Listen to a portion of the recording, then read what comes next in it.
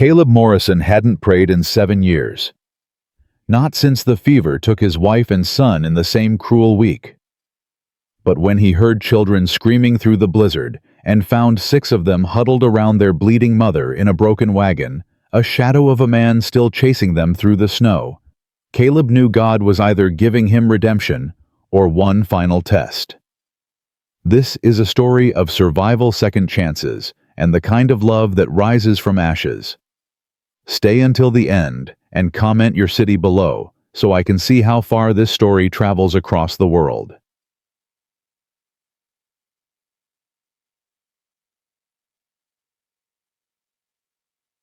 The screaming came first.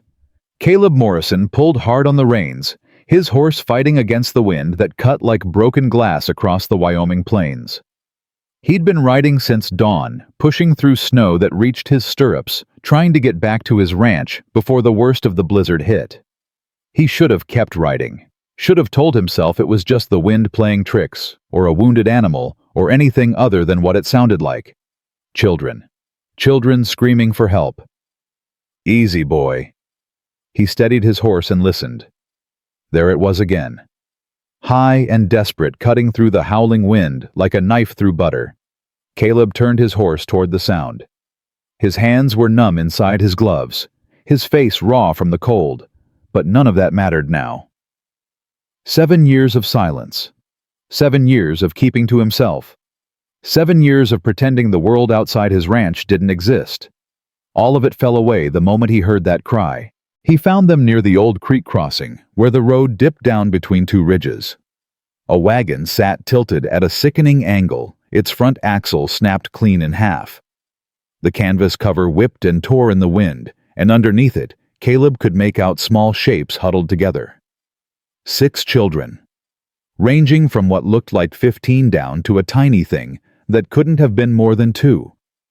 And there, collapsed in the snow beside the wagon, was a woman. Mister, please." The oldest girl scrambled toward him. Her dress, soaked through her lips, blue from cold. "Please, you gotta help us. Mama fell, and she won't wake up, and there's blood and—" "Slow down." Caleb dismounted and grabbed the girl's shoulders. "How long has she been down?" "I don't know, maybe an hour. She was trying to fix the wheel, and then she just fell." Caleb pushed past her and dropped to his knees beside the woman. She was face down in the snow, her dark red hair spread around her like a stain. He turned her over as gently as he could. His breath caught. She was young, maybe early 30s, with a face that might have been pretty if it wasn't gray as ash and streaked with blood from a gash on her forehead. But it wasn't the injury that made Caleb's stomach turn. It was the bruises. Fading yellow and purple marks circled her wrists like bracelets.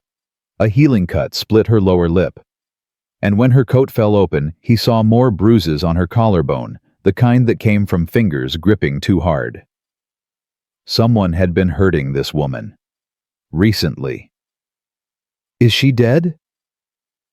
The oldest girl was beside him now, her voice cracking. "Please, mister, tell me she ain't dead." Caleb pressed 2 fingers to the woman's throat. For a terrible moment, he felt nothing. Then there. Weak and thready, but there. "She's alive." He looked at the girl. "What's your name?" "Hannah. Hannah Brennan." "All right, Hannah. I need you to be strong right now. Your mama needs you to be strong. Can you do that?" Hannah nodded, though her whole body was shaking. "Good. How many brothers and sisters?" 5. Elijah's 13. Grace is 10. Joseph is 7. Lily's 5. And baby Thomas is 2. 6 children. Caleb looked at them, huddled in the wagon. 6 pairs of terrified eyes staring back at him. The smallest one, the baby, was crying softly, his face red and chapped from the cold. "My ranch is about 4 miles north." Caleb lifted the woman into his arms. She weighed almost nothing, all bones and exhaustion. "Can you and your brother get the little ones there on foot?" "We'll crawl if we have to," Hannah said. and something in her voice told Caleb she meant it. "Elijah," he called toward the wagon. "Get out here. I need your help." A boy emerged from the canvas, tall for 13, with dark hair and eyes that held more anger than fear. He looked at Caleb with suspicion, his jaw tight. "Who are you?" "Name's Caleb Morrison. I'm gonna help your mama, but I need you to help me get your brothers and sisters to my ranch. Can you do that?" Elijah's eyes moved to his mother unconscious in Caleb's arms, and something in his face crumbled. "Yes, sir." "The little ones ride my horse. You and Hannah walk with me. We move fast, we stop for nothing. Understood?" "Yes, sir." They set out into the blizzard. The 4 miles to Caleb's ranch felt like 40. The wind screamed around them, driving snow into their faces until they could barely see 3 feet ahead. The woman in Caleb's arms. Ruth Hannah had said her name was Ruth, hadn't stirred once, and her breathing was getting shallower by the minute. "Keep talking to me, Hannah." Caleb said, his voice rough against the wind. "Tell me about your family. Where were you headed?" "West." Hannah was struggling to keep up, but she didn't complain. "Mama said there was land out west where nobody would find us, where we could start over. Find you who's looking for you." Hannah went quiet. "Hannah. Uncle Silas." The name came out like poison.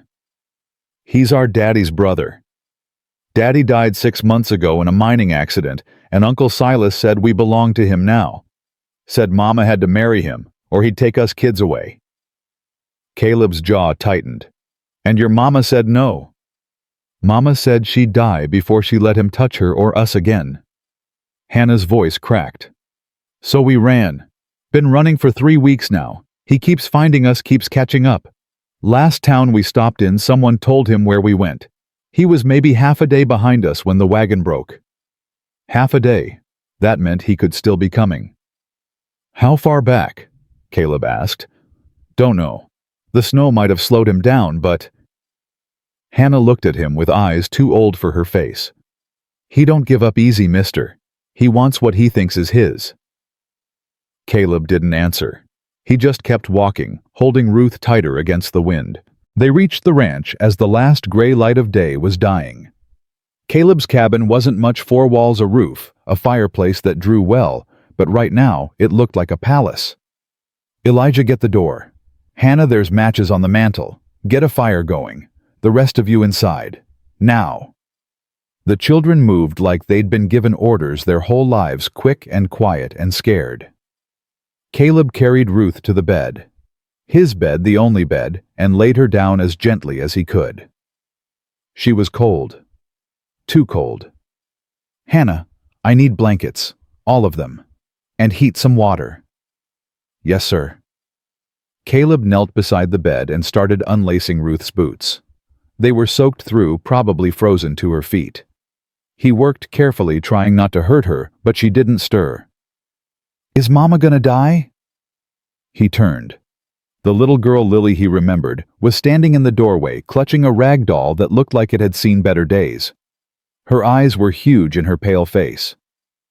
"No," Caleb said, and he meant it. "No, she ain't gonna die, not if I can help it." Hannah returned with an armful of blankets, and together they worked to get Ruth out of her wet clothes and into something dry. Caleb turned away while Hannah handled the more delicate parts, but he couldn't stop thinking about those bruises, about the man who had put them there. "She needs to warm up from the inside," Caleb said. "Body heat's the fastest way. Hannah, I need you and your brothers and sisters to lie down with her. Share your warmth." Hannah nodded and climbed onto the bed without hesitation. One by one, the other children followed, curling around their mother like puppies around a dam. Even the baby Thomas was tucked against her side, his crying finally quiet. Caleb pulled his only chair beside the bed and sat down. His muscles ached from carrying Ruth through the snow. His bones felt like ice, but he couldn't rest. Not yet. "Mr. Caleb!" It was Joseph, the 7-year-old, peering at him from the pile of children. "Yeah. Are you going to send us away?" The question hit Caleb harder than he expected. He looked at this boy, at all of them 6 children who'd been running for their lives with a mother who couldn't protect them from the man hunting them down. "No," Caleb said. "No, I ain't gonna send you away."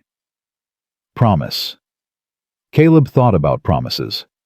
Thought about the ones he'd made to Caroline to their son Samuel, promises he couldn't keep because the fever took them anyway. He'd sworn off promises after that, sworn off caring about anything or anyone. But looking at Joseph's face, at the desperate hope in his eyes, Caleb found himself saying the words anyway. "I promise." Joseph smiled, the first smile Caleb had seen from any of them, and snuggled closer to his mother. The fire crackled.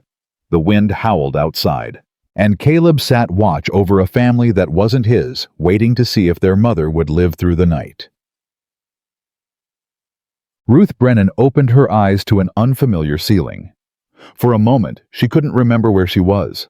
Her head throbbed, her body ached, and there was a heaviness on her chest that made it hard to breathe. Then she realized the heaviness was her children piled on top of her and around her, their small bodies warm against hers. They were alive. They were safe. But where? Easy now. Ruth turned her head and saw a man sitting in a chair beside the bed. Tall, broad-shouldered, with dark hair going gray at the temples, and a face that looked like it had been carved from stone. His eyes were gray too, and they watched her with an intensity that made her want to pull her children closer. "Who are you?" Her voice came out as barely a whisper. "Caleb Morrison. Found you and your young ones in the storm about 10 hours ago. Brought you here." Ruth tried to sit up, but her head spun violently, and she fell back with a gasp. "Don't." Caleb's voice was firm, but not unkind. "You took a bad hit to the head, lost a lot of blood. You need to rest. My children are all here, all 6 of them, fed and warm and scared out of their minds, but alive." Ruth's eyes burned with tears she refused to let fall. "Thank you." "Don't thank me yet." Caleb leaned forward, his elbows on his knees.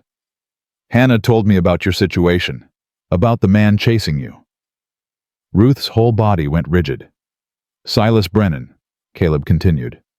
"Your brother-in-law. She said he was maybe half a day behind you when the wagon broke. That was yesterday. Storm probably slowed him down, but if he's as determined as she says, he'll find his way here eventually. Then we need to go."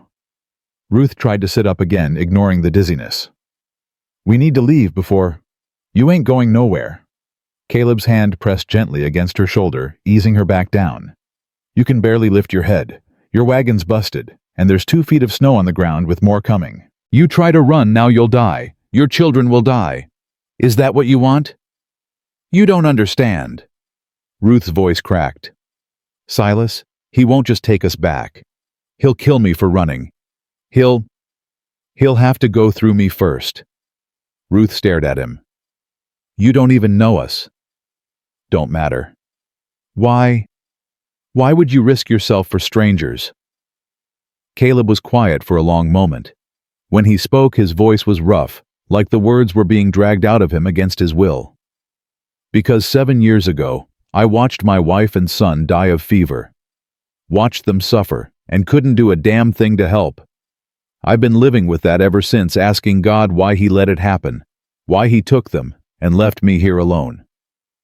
He met Ruth's eyes. "Maybe this is my answer.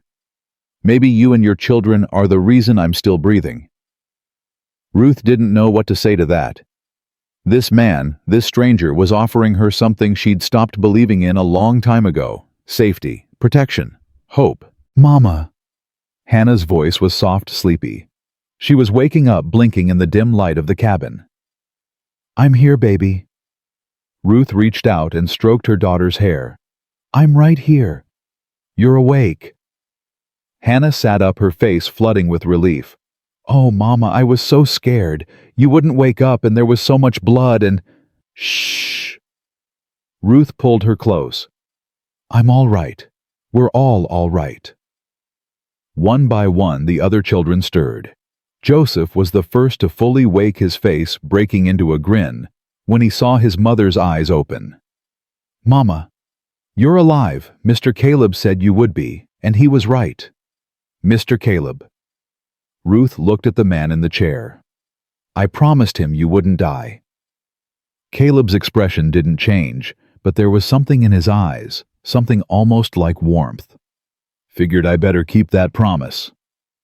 The morning passed in a blur of activity. Caleb made breakfast cornmeal porridge with the last of his salt pork, and the children fell on it like wolves. Ruth watched them eat, her heart breaking at how thin they'd become, how hungry. "When's the last time they had a proper meal?" Caleb asked quietly, standing beside her. 3 days ago, maybe 4. We've been rationing what little we had." "And when's the last time you ate?" Ruth didn't answer. She didn't need to. Caleb disappeared into what looked like a root cellar and came back with a jar of preserved peaches. He set it in front of Ruth without a word. "I can't take your eat." It wasn't a request. "You're no good to those children if you're dead on your feet." Ruth ate. The peaches were sweet, almost painfully so, after days of nothing but hard bread and melted snow. She felt Caleb watching her, and something about his gaze made her uncomfortable. Not because it was threatening, because it wasn't.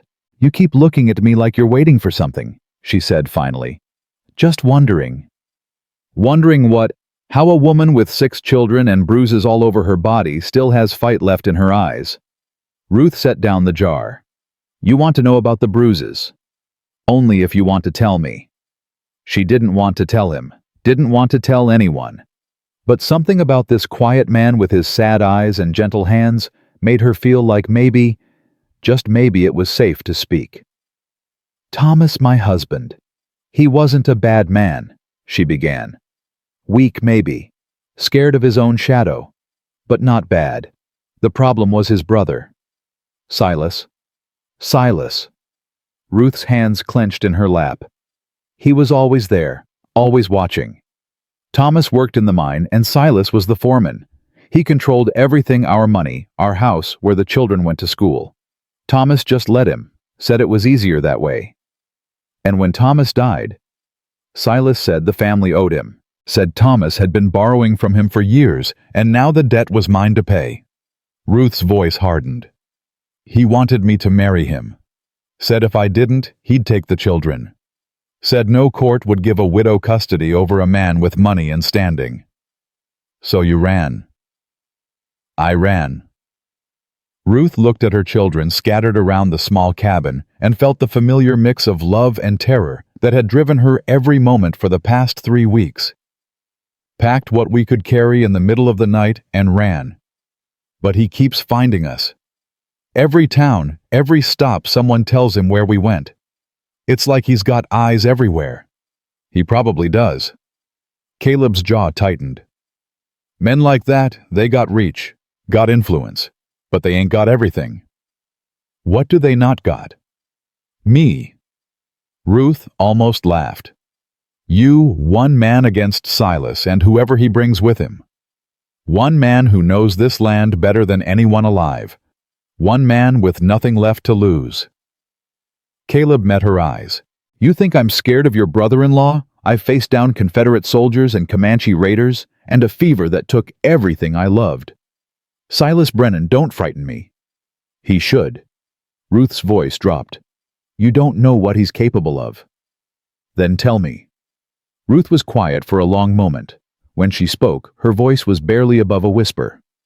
"The night before we ran, he came to our house. Thomas had only been dead a week. Silas said he was there to comfort me, to talk about arrangements.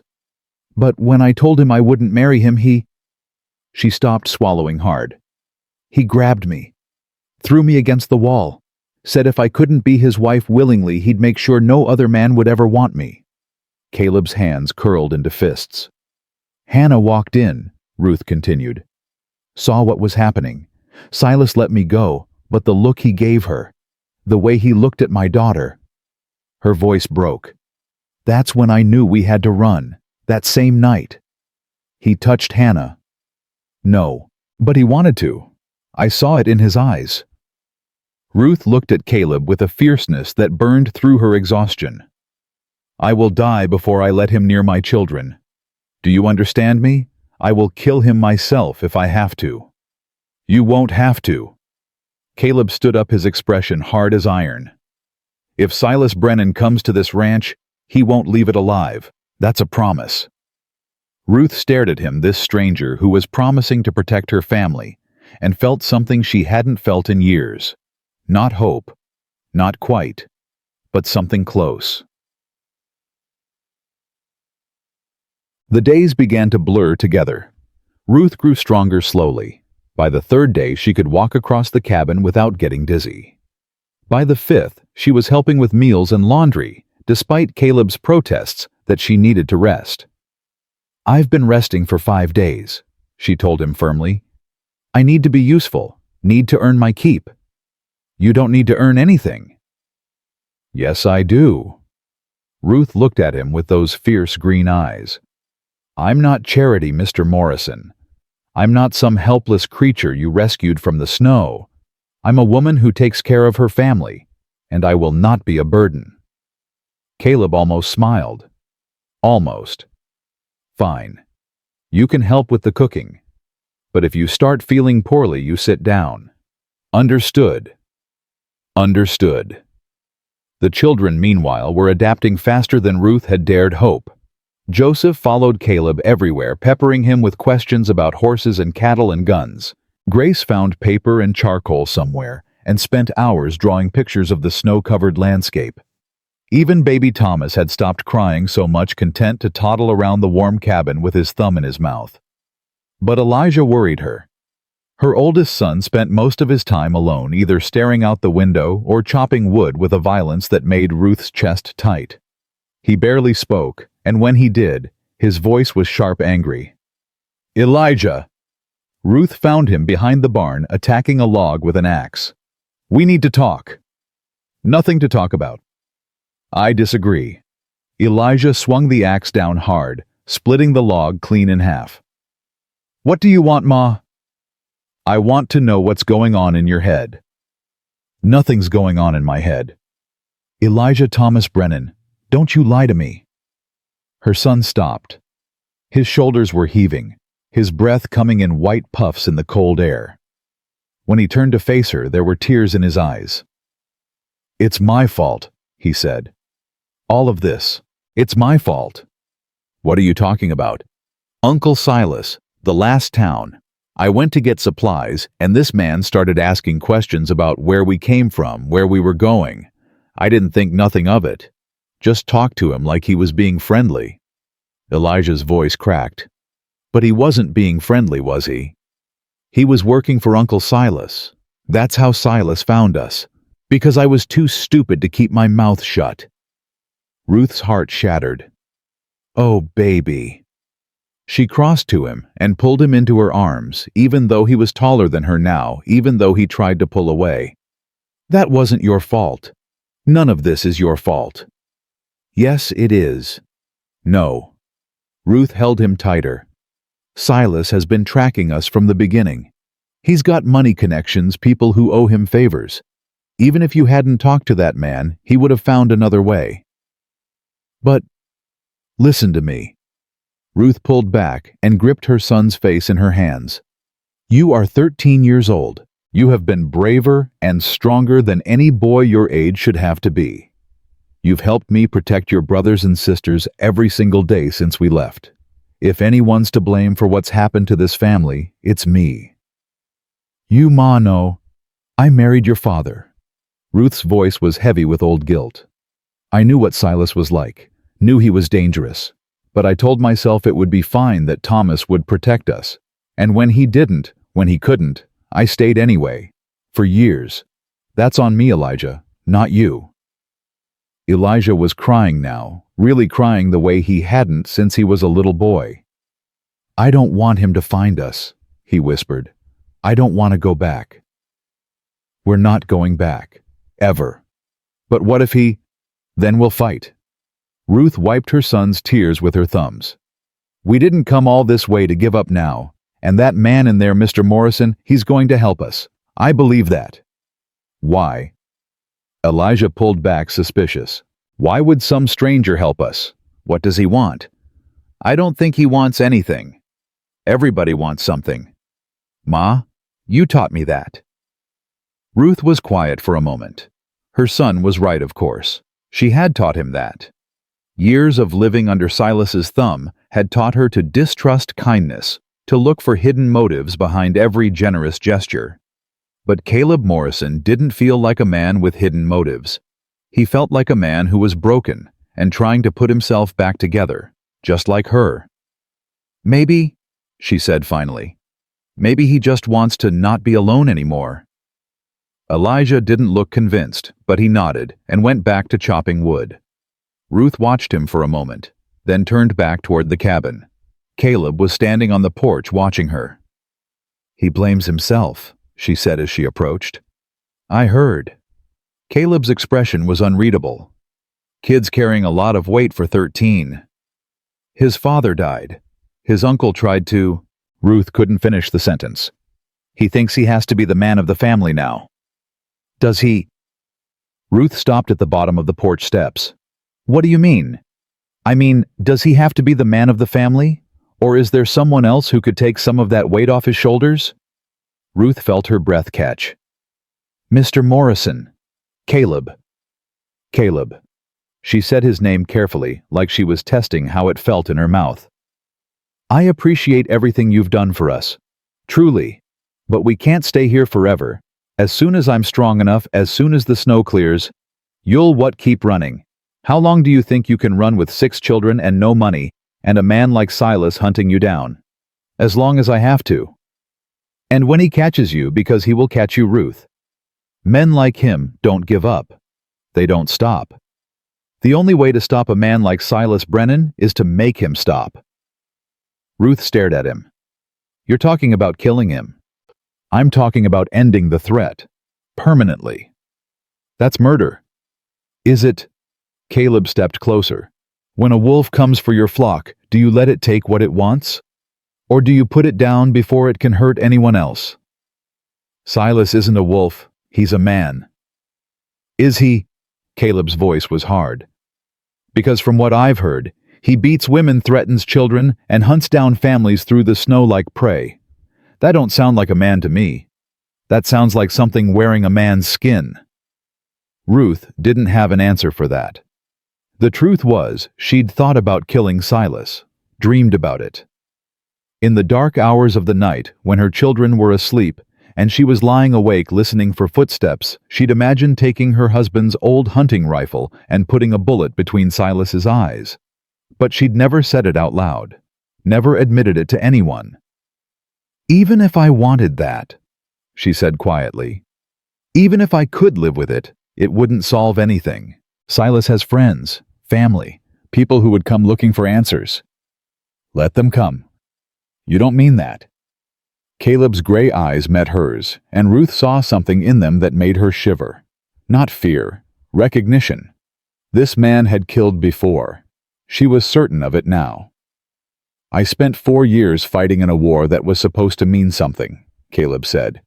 Watched good men die for causes that turned out to be lies. Then I came home and watched my wife and son die for no reason at all. His voice was flat empty. I stopped believing in meaning a long time ago. But protecting you and those children, that means something. First thing that's meant something in 7 years. Ruth didn't know what to say. So she said the only thing that was true. I'm scared. I know. Not of Silas, not of running. I'm scared of... She stopped, struggling to find the words. I'm scared of hoping. Every time I've hoped for something, it's been taken away. Thomas was supposed to protect us, and he couldn't. The towns we stopped in were supposed to be safe, and they weren't. What if I hope that things will be different here, and they're not? What if I let my children believe we're finally safe, and Silas takes that away too? Caleb was quiet for a long moment. Then he said something that Ruth didn't expect. My wife's name was Sarah. Our son was Samuel. He was 5 when the fever took him. His voice was steady, but Ruth could see the pain behind his eyes. For 7 years, I've been too scared to hope for anything. Too scared to want anything. Because wanting means losing, and losing means pain, and I figured I'd had enough pain for one lifetime. He stepped down from the porch close enough that Ruth could see the gray in his stubble, the lines around his eyes. But then you showed up, you and 6 children who needed help. And for the first time in 7 years, I wanted something. I wanted to save you. I wanted to protect you. I wanted... He stopped, swallowing hard. I wanted a reason to keep living. Ruth felt tears burning in her eyes. Caleb, I ain't asking for anything, he said quickly. I know you're scared. I know you've got no reason to trust me or anyone else. But I'm asking you to give me a chance. Give this place a chance. Let me help you fight, not run. Because running ain't living, Ruth. It's just dying slow. Ruth looked at this man, this broken, lonely man, who was offering her everything she'd been too scared to want. And for the first time in longer than she could remember, she let herself hope. Okay, she whispered. Okay. Caleb's face didn't change, but something in his eyes shifted. Relief, maybe. Or something deeper. Okay, he repeated. They stood there for a moment, the snow falling softly around them, neither one willing to break the silence. Then Joseph came running out of the cabin, his face bright with excitement. Mr. Caleb! Mr. Caleb, Hannah says supper's ready, and she made biscuits, and can I sit next to you? Caleb looked down at the boy, and Ruth saw something she hadn't seen before. A smile. Small, barely there, but real. Sure, Joseph. You can sit next to me. Joseph grabbed Caleb's hand and dragged him toward the cabin, chattering about the horses and the snow and 100 other things. Ruth watched them go, her heart full of something dangerous and wonderful and terrifying. Hope. She was starting to hope. And somewhere out there in the frozen wilderness between here and the life she'd left behind, Silas Brennan was getting closer. The second week at Caleb's ranch settled into something that almost felt like routine. Ruth woke each morning before dawn, her body still trained by years of rising, before Silas could find a reason to punish her for laziness. But here, in this small cabin with its crackling fire and the sound of her children breathing softly, there was no punishment waiting. Only Caleb, already awake, already working, moving through the darkness like a man who'd forgotten how to sleep. You don't have to get up this early, he said one morning, finding her at the stove. Neither do you. I got work to do. So do I. He looked at her for a long moment, then nodded and headed out to the barn. Ruth watched him go, feeling something shift in her chest.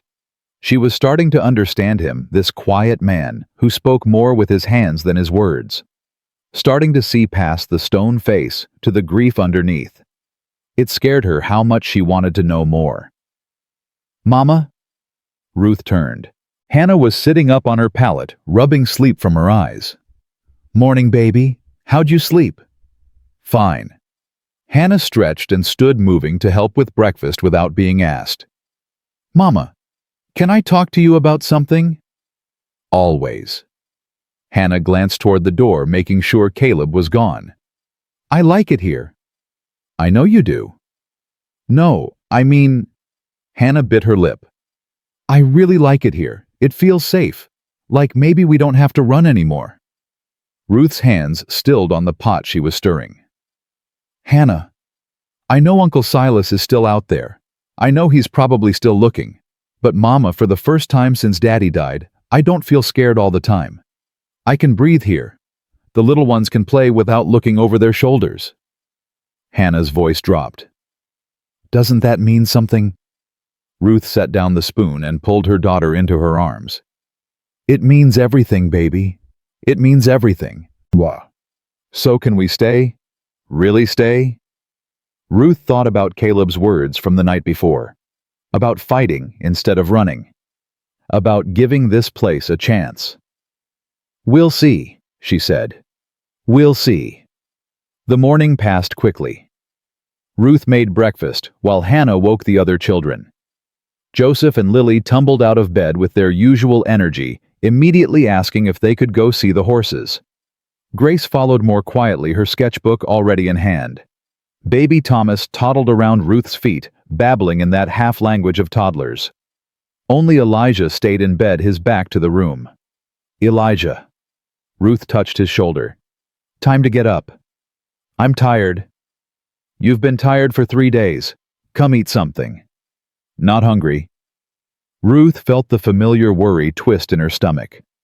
Her son was slipping away from her, retreating into some dark place she couldn't reach.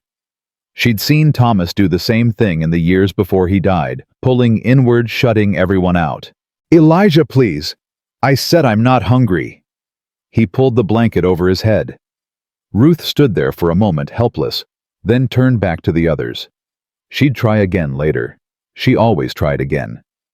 After breakfast, Caleb returned from the barn and announced he was taking Joseph and Lily to check on the cattle. Can I come? Grace asked, looking up from her drawing. If your mama says it's okay. Ruth nodded. Stay close to Mr. Caleb. Yes, Mama. The 3 children bundled up and followed Caleb out the door, their excited voices fading into the cold morning air. Ruth watched them go, her heart caught between gratitude and fear.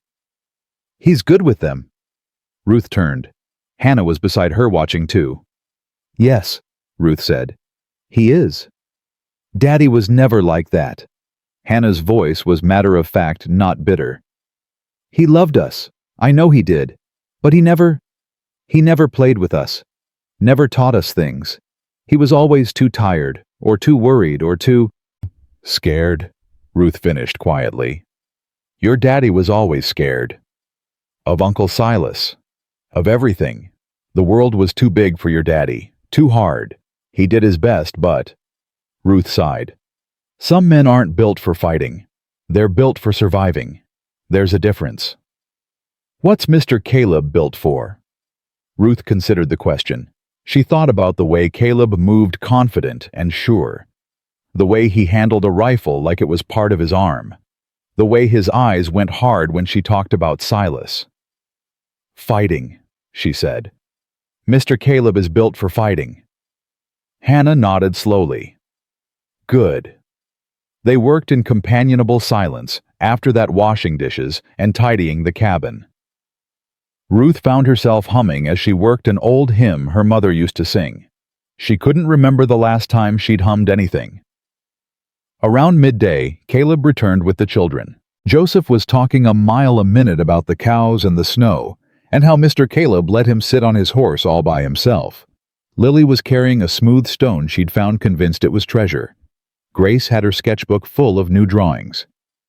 Thank you, Ruth said to Caleb as the children scattered to play.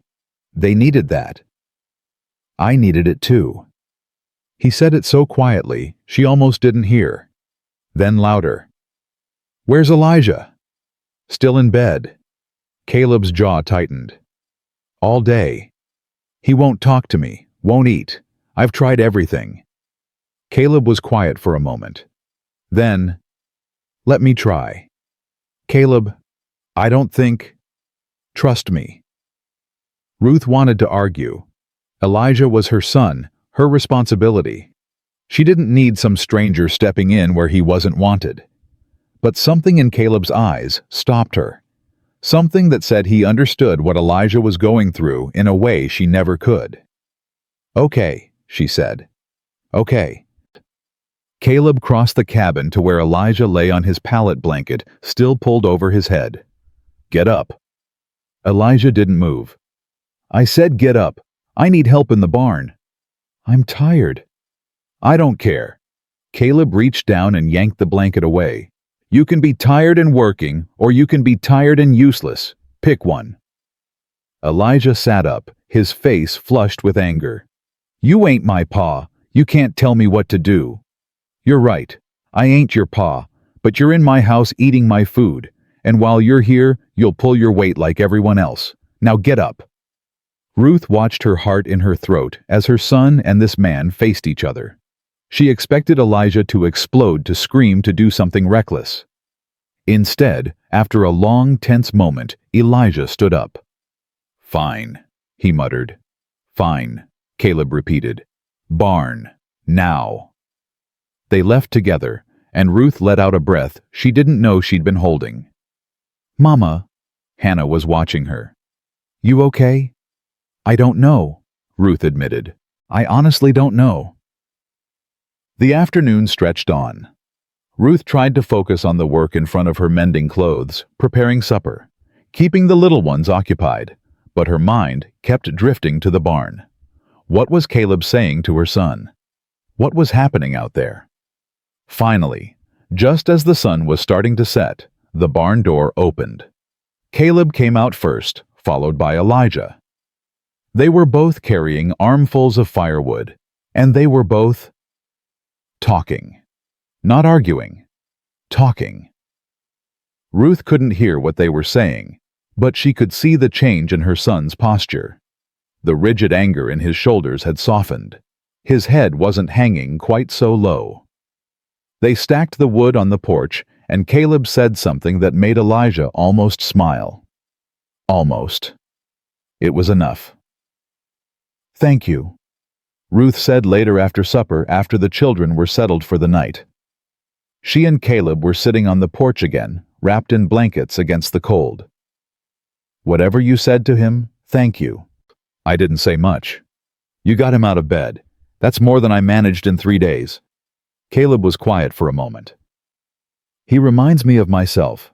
After the war. After everything." He stared out at the snow-covered landscape. "I came home from fighting, and I didn't know how to stop. Didn't know how to be anything other than angry and scared and ready to fight the next battle. Took me years to figure out that the battle was over, that I was allowed to rest. And now I'm just tired." He looked at her. But a different kind of tired. The kind that comes from working hard, not from fighting. Ruth pulled her blanket tighter. "Elijah's been fighting since before he could walk. Silas was always there, always threatening, always making us afraid. Even Thomas couldn't protect us from him. So Elijah decided he had to be the protector. He was 8 years old." "That's too young." "I know. But what was I supposed to do? Tell him not to worry. Tell him everything would be fine when we both knew it wouldn't. You did what you had to do, same as him." Ruth felt tears prick her eyes. She blinked them back. "Sometimes I wonder if I ruined them. All of them. If growing up the way they did, scared all the time, running, hiding. If that's going to stay with them forever." "Probably will." Caleb's voice was honest, not cruel. "The things we go through, they leave marks. But marks ain't the same as ruins. Your children are strong, Ruth. Strong because of you, not despite you." "You really believe that?" "I've known you 2 weeks. In that time I've watched you recover from injuries that would have killed most folks. Watched you take care of 6 children while barely able to stand. Watched you keep hope alive when you had every reason to give up." He turned to face her fully. "I've known a lot of people in my life. Fought alongside some of the bravest men you can imagine. But I ain't never met anyone as strong as you." Ruth didn't know what to say. No one had ever talked to her like that before. Not Thomas, who was always too worried about his own weakness to see her strength. Not her parents, who had sold her to the highest bidder when she was barely 16. Not anyone. "You don't know me," she whispered. "I'm starting to." They sat in silence after that, but it wasn't uncomfortable. It was the silence of 2 people who understood each other, who didn't need words to fill the space. When Ruth finally went inside to sleep, she found herself smiling. She couldn't remember the last time she'd smiled for no reason. The 3rd week brought a change in the weather. The snow stopped falling, and the sky cleared to a brilliant, painful blue. Caleb said it was a good sign that the worst of the winter might be over. Ruth wasn't sure she believed him, because with the clear weather came other things. A stranger passing through who asked too many questions at the general store in town. A report of a man matching Silas's description seen at a ranch 20 miles south. He was getting closer. She could feel it. "We need to talk about what happens when he comes," Caleb said one evening after the children were asleep. Ruth's stomach clenched. "I know. I've been thinking. There's a root cellar under the barn. It's dry, secure, big enough to hide 7 people if needed. If Silas shows up, you take the children there, and you stay there until I come get you." "And what will you be doing?" "Whatever needs doing." Ruth shook her head. "No, I'm not hiding in a hole while you fight my battles." "Ruth." "No." She stood up, her hands shaking. "I've spent my whole life hiding. Hiding from Silas, hiding from the truth, hiding from everything that scared me. I'm done hiding, Caleb. If Silas comes here, I'm going to face him. I'm going to look him in the eye and tell him he doesn't own me, doesn't own my children, doesn't own anything." "And then what? He's not going to just walk away because you tell him to." "Then I'll make him walk away." Caleb stood too, moving closer. "You're not thinking straight." "I'm thinking straighter than I have in years." "He'll hurt you. He'll hurt the children." "He's been hurting us for 15 years. Ruth's voice cracked. "The only thing that's changed is that now I'm willing to fight back." They were standing close now, close enough that Ruth could see the fear in Caleb's eyes. Not fear for himself, fear for her. "I can't lose you," he said, his voice rough. "I just found you. I can't. You won't lose me." Ruth reached up and touched his face, her fingers brushing against the stubble on his jaw. "I'm not going anywhere." Caleb closed his eyes, leaning into her touch. "You can't promise that." "No, but I can promise I'll fight. For myself, for my children, for—" She hesitated. "For whatever this is between us." His eyes opened gray and deep and full of something she was afraid to name. "Ruth, don't say anything." She pulled her hand back. "I know it's too soon. I know I'm still married to a dead man and running from his brother, and we've only known each other 3 weeks. I know all of that. But I also know that when I'm with you, I feel safe. I feel seen. I feel like maybe, just maybe, I deserve to be happy." "You do deserve to be happy. Then help me fight for it. Don't hide me away like something fragile. Stand beside me." Caleb was silent for a long moment. Ruth could see the war happening behind his eyes, the need to protect battling against her, need to be seen as an equal. Finally, he nodded. "Okay," he said. "We fight together." Together. The word hung between them like a promise. The next morning, Ruth woke to find Hannah already up, staring out the window with an expression Ruth couldn't read. "Hannah, what's wrong?" "Nothing's wrong." Hannah turned, and Ruth was startled to see tears on her cheeks. "Mama, I heard you and Mr. Caleb talking last night."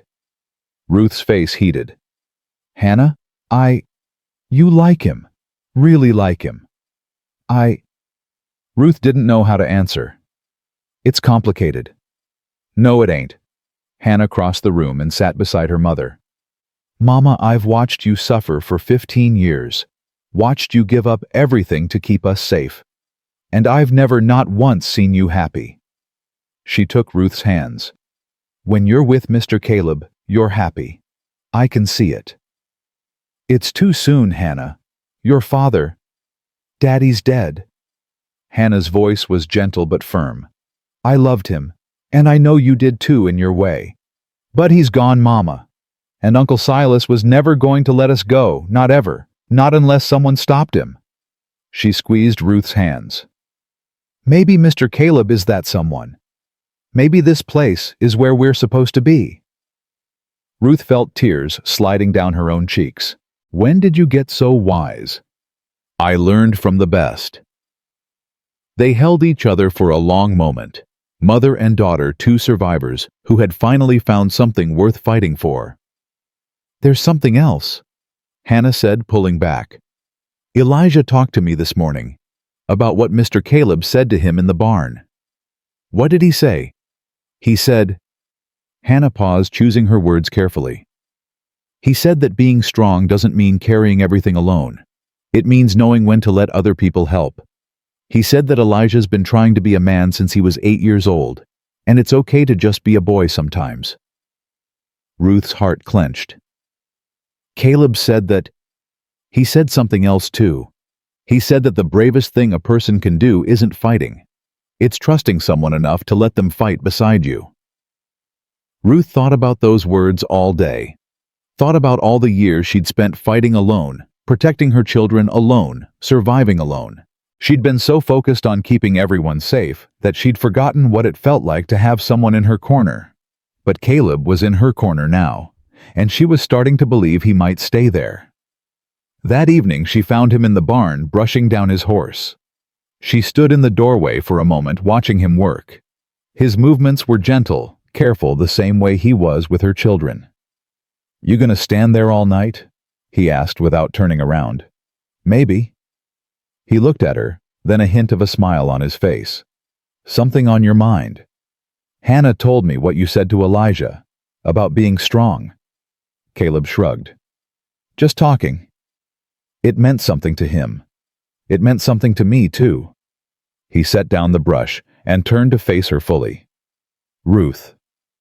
"I've been thinking," she interrupted, "about what you said, about fighting together. And I realized something." She stepped closer. "I've never had a partner before. Not really. Thomas was... He was there, but he wasn't with me. Do you understand? He was in the same house, but he wasn't in the same fight." "I understand. I don't want that again. If we're going to do this, whatever this is, I need you to be with me. Not protecting me from the sidelines, not hiding me away. With me." Caleb's expression softened. "I ain't good at standing back." "Neither am I. Might cause some problems." "Probably will." He took another step toward her, close enough now that she could feel the warmth radiating off him. "I ain't been with anyone since Sarah. Ain't wanted to be. And now? Now I want things I ain't let myself want in 7 years. His hand came up, brushing a strand of hair from her face. "You changed something in me, Ruth Brennan. Something I thought was dead and buried. Is that a good thing?"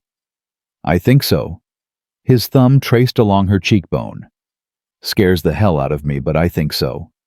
Ruth leaned into his touch. "I'm scared too." "Then we'll be scared together." She almost laughed. "Almost. That's your solution. Being scared together. Only solution I got." His voice dropped lower. "I ain't got pretty words, Ruth. I ain't got promises I know I can keep. All I got is this. Me. Standing here. Telling you that whatever comes next, I want to face it with you." Ruth felt something break open inside her. Something that had been locked away for so long, she'd forgotten it existed. Hope. Real hope. Not the desperate, grasping kind she'd been holding on to for weeks, but the solid kind. The kind that comes from knowing you're not alone. "Okay," she whispered. "Okay. Okay." She reached up and covered his hand with hers. Together. Caleb leaned down, his forehead resting against hers. They stayed like that for a long moment, breathing the same air, sharing the same space. Neither of them heard the horse approaching until it was too late. Well, well, well. Ruth's blood turned to ice. She knew that voice, had heard it in her nightmares for 15 years. She turned slowly, her hand still in Caleb's, and looked into the face of Silas Brennan. He was sitting on a black horse just outside the barn door, his rifle resting across his saddle. Behind him, 2 other men flanked him like shadows.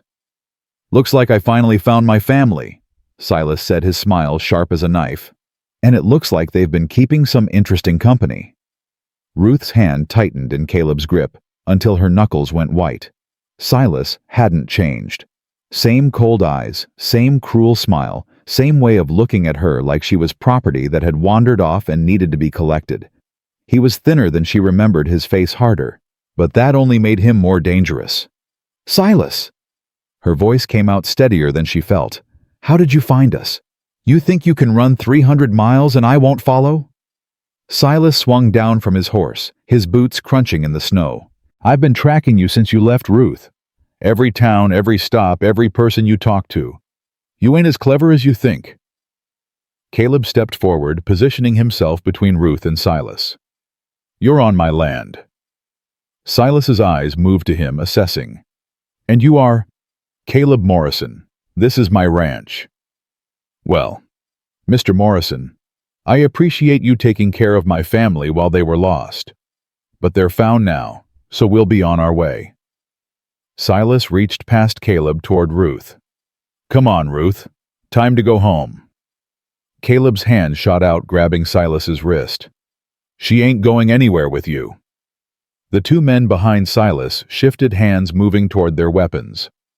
Ruth's heart hammered against her ribs. Silas looked down at Caleb's grip, then back up at his face. "You want to let go of me, friend? I ain't your friend, and she ain't your property. She's my brother's widow. Those are my brother's children. By law and by God, they belong to me. They don't belong to anyone." Ruth stepped out from behind Caleb, her chin lifted. "We're not things to be owned, Silas. We're people, and we're not going back with you." Silas's smile didn't waver, but something ugly flickered in his eyes. "Ruth, darling, let's not make a scene. You've had your little adventure. You've run, you've hidden, you've even found yourself a new man to warm your bed. I understand. You were grieving, but the grieving's over now. The only thing that's over is your hold on us." "Is that what you think?" Silas laughed, a cold sound that made Ruth's skin crawl. "You think you can just walk away? After everything I've done for you, I kept a roof over your head for 15 years, put food in your children's mouths, gave Thomas work when no one else would hire him. You kept us trapped," Ruth spat. "You controlled everything. Our money, our home, our lives. Thomas couldn't even take the children to church without your permission. I was protecting you. You were owning us." Silas's expression hardened. "Careful, Ruth. Or what?" She stepped closer, her fear transforming into something hotter, something that had been building for 15 years. "You'll hit me. Throw me against a wall.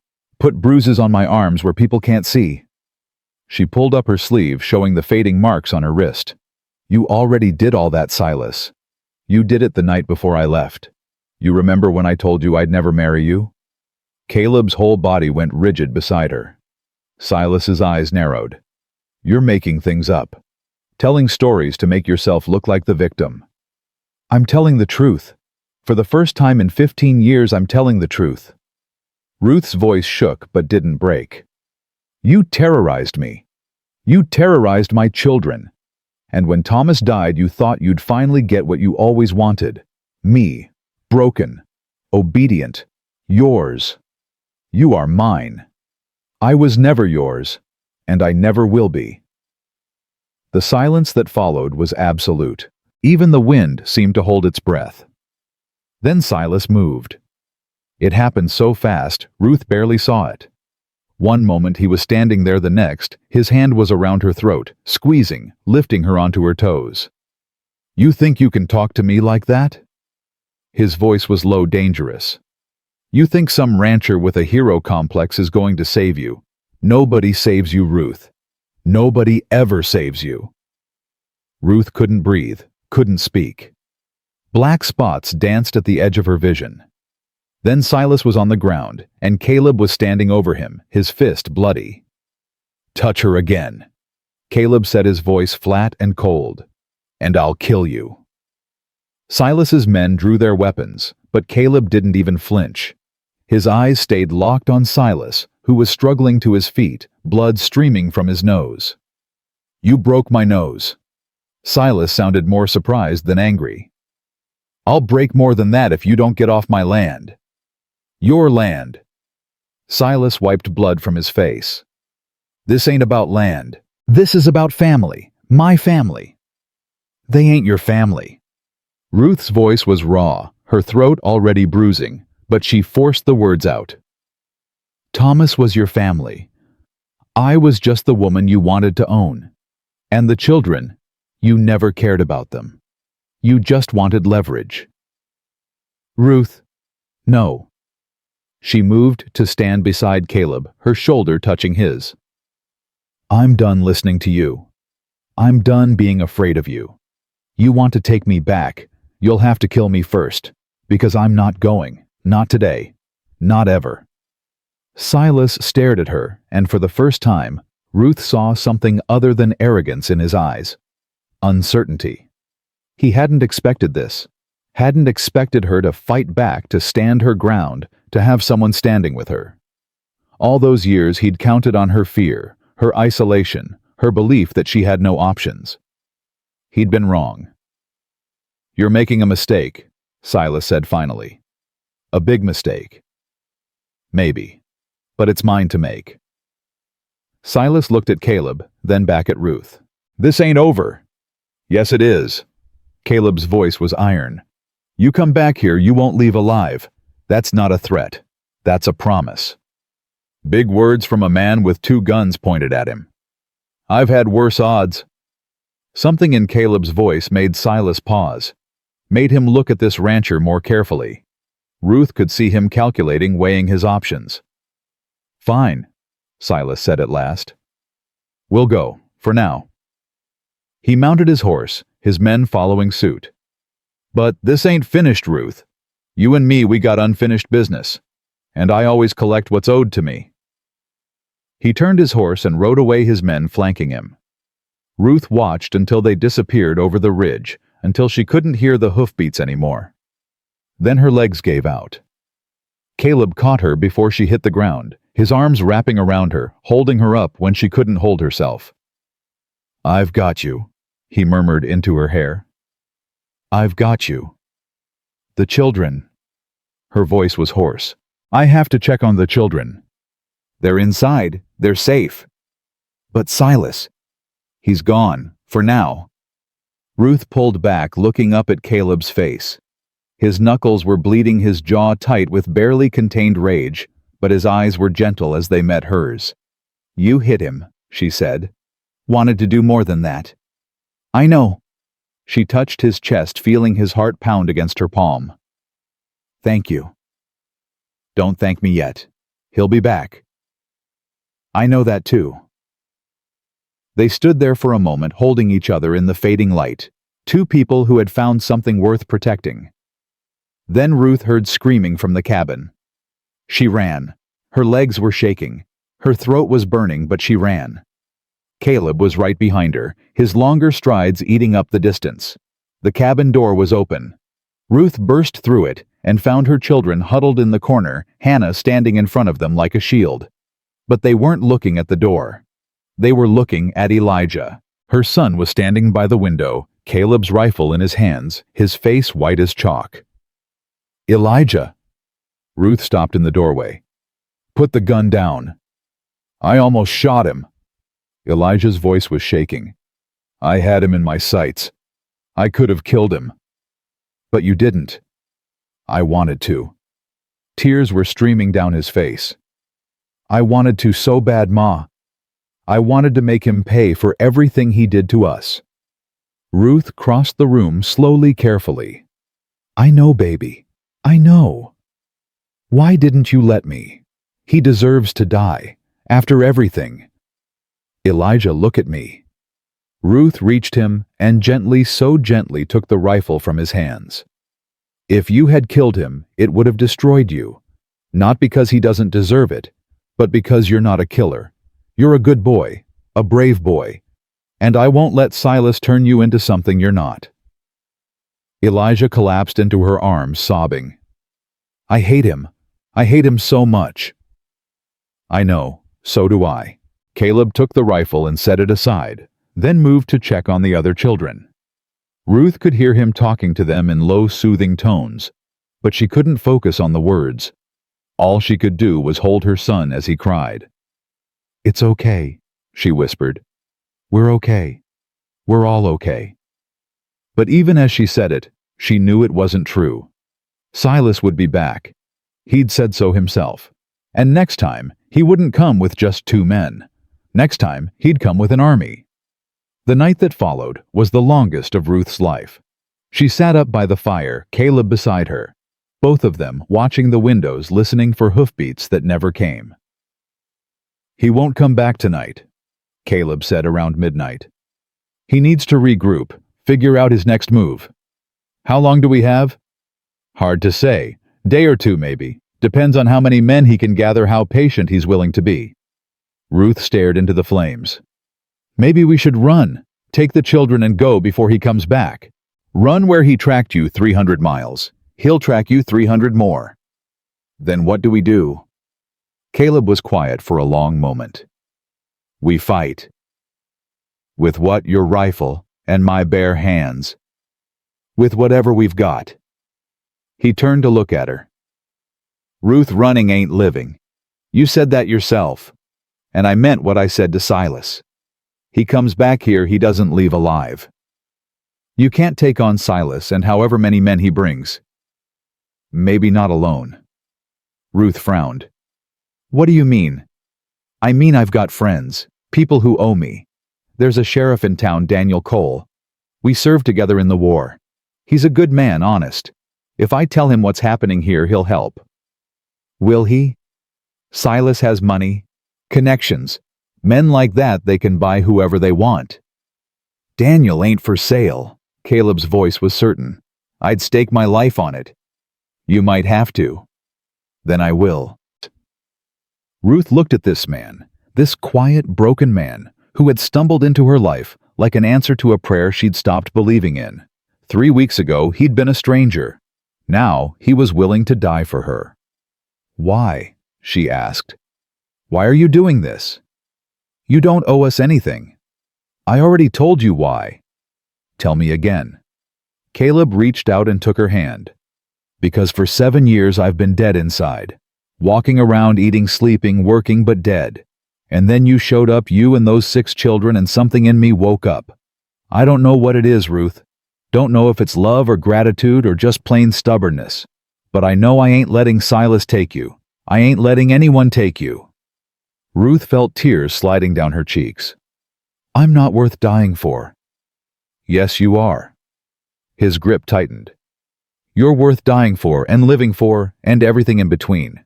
And I plan to prove it." They sat like that until dawn, hands intertwined, watching the fire burn down to embers. When the first gray light crept through the windows, Caleb stood. "I'm riding to town. Gonna talk to Daniel, see what kind of help I can round up." "I'm coming with you." "No, you stay here with the children. Keep the rifle loaded and the doors barred. I'll be back before nightfall." Ruth wanted to argue, but she knew he was right.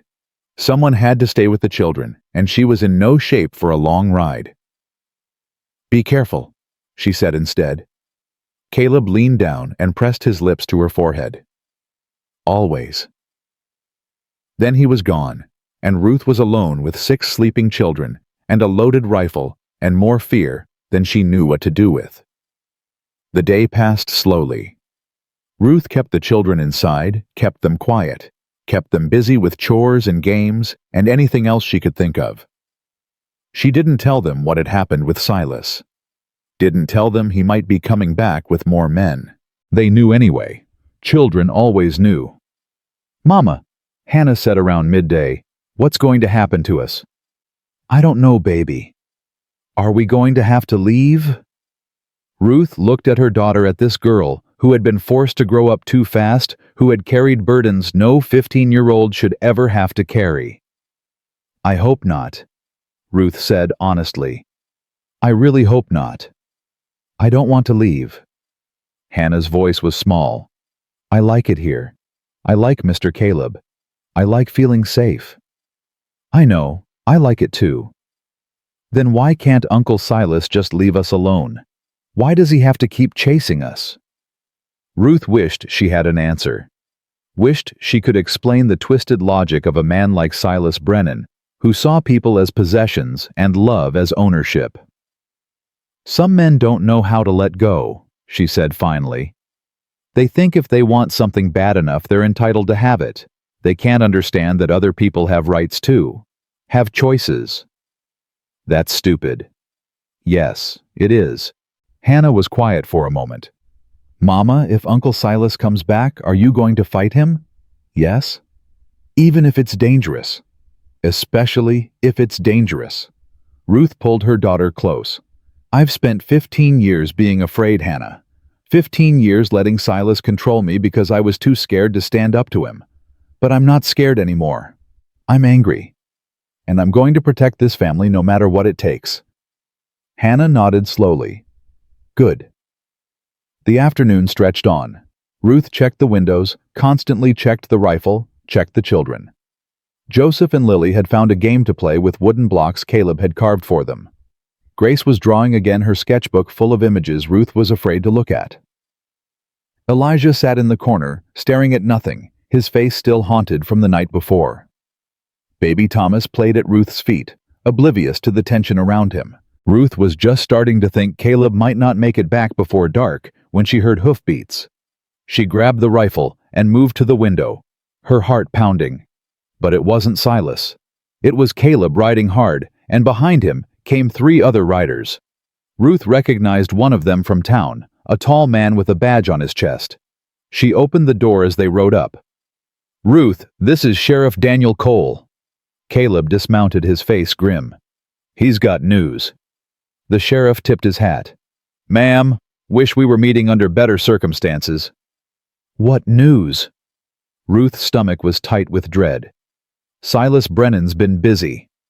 Daniel climbed down from his horse. He's been spreading word all over the county that you kidnapped his brother's children. Says you're an unfit mother, says you ran off with them to shack up with another man. He's got a judge in his pocket who's issued a warrant for your arrest. Ruth felt the ground tilt beneath her feet. A warrant? For kidnapping and endangering minors. Daniel's voice was apologetic. Ma'am, I don't believe a word of it. But the law's the law. If Silas comes here with that warrant, I won't be able to stop him from taking those children. No. The word came out like a bullet. No. He can't have them. I'm not saying he should. I'm saying we need to be smart about how we handle this. Daniel looked at Caleb. I've got 2 deputies who'll stand with us. That makes 5 against however many men Silas brings. It ain't great odds. Better than nothing, Caleb said. There's another option. Daniel's eyes moved back to Ruth. You could come with me, voluntary-like. Let me take you into town, put you in protective custody until we can sort this out proper. Get a real judge to look at the case, not some bought and paid for puppet. And my children? They'd stay here, with Caleb and my deputies. Ruth shook her head violently. No, I'm not leaving them. Ma'am? I said no. She stepped closer to the sheriff, her chin up. I've been separated from my children before. I know what Silas does when I'm not there to protect them. I know what he's capable of. Her voice dropped. I am not leaving them. Not for an hour, not for a minute, not for anything. Daniel looked at Caleb, who shrugged. Told you she'd say that. Had to try. Daniel sighed. All right then, we do this the hard way. I'll send my deputies out here tonight. We'll set up a perimeter, keep watch. When Silas comes, we'll be ready. What about the warrant? Ruth asked. I'll worry about the warrant. You worry about keeping those children safe. Daniel's expression softened. Ma'am, I've known Caleb Morrison for 20 years. He's the best man I know. If he says you're worth protecting, that's good enough for me. Ruth felt tears threatening again. Thank you, Sheriff. Don't thank me yet. We haven't won anything, but we will. He turned back to his horse. I'll be back at sundown with my men. Until then, keep your heads down and your powder dry. He rode off with the other 2 men, leaving Ruth and Caleb standing in front of the cabin. It's not enough, Ruth said quietly. 5 men against Silas and whoever he brings. It's not enough. It's what we've got. Caleb. He turned to face her, his hands coming up to cup her face. Listen to me. I've been in worse spots than this. I've faced down armies with nothing but a rifle and a prayer. And you know what, I'm still here, still standing, still fighting. This is different. No, it's not. His thumbs brushed away tears she didn't know she'd been crying. This is exactly the same. We've got something worth fighting for. We've got each other. And we've got the truth on our side. The truth doesn't stop bullets. No, but it stops fear. And fear's the only weapon Silas has left. Ruth wanted to believe him. Wanted to believe that truth and love and righteousness were enough to defeat a man like Silas Brennan. But she'd spent too long in the real world to believe in fairy tales. "What happens if we lose?" she whispered. Caleb's jaw tightened. "We won't. But if we do, then I'll die protecting you, and Silas will have to kill me before he touches a hair on any of those children's heads." Ruth closed her eyes. "I don't want you to die." "Then I won't." His voice was gentle, but certain. "I've got too much to live for now." They stood there in the cold holding each other, while inside the cabin, 6 children waited to learn their fate. Somewhere out there, Silas Brennan was gathering his forces. And somewhere inside Ruth, a fire was burning. She had spent 15 years being afraid. She wasn't afraid anymore. She was ready. The deputies arrived at sundown, 2 men named Cooper and Hayes, who looked like they'd seen their share of trouble. They nodded to Ruth, spoke quietly with Caleb, and took up positions around the property without being asked. Ruth watched them from the window, her hand resting on the rifle that hadn't left her side since morning. "Mama." Hannah was beside her, her face pale in the fading light. "The little ones are scared." "I know, baby. I am too. What do I tell them?" Ruth turned from the window and looked at her daughter, at this girl who had been carrying adult burdens since she was 10 years old. "Tell them the truth. Tell them that bad men are coming, but good men are here to stop them. Tell them that no matter what happens tonight, we love them, and we're going to protect them." Hannah nodded slowly. "And if the bad men win..." Ruth's throat tightened. "They won't. But if they do..." "Hannah..." Ruth took her daughter's face in her hands. "Listen to me. If something happens to me tonight, you take your brothers and sisters and you run. Don't look back. Don't stop. You find somewhere safe and you keep them together. Can you do that?"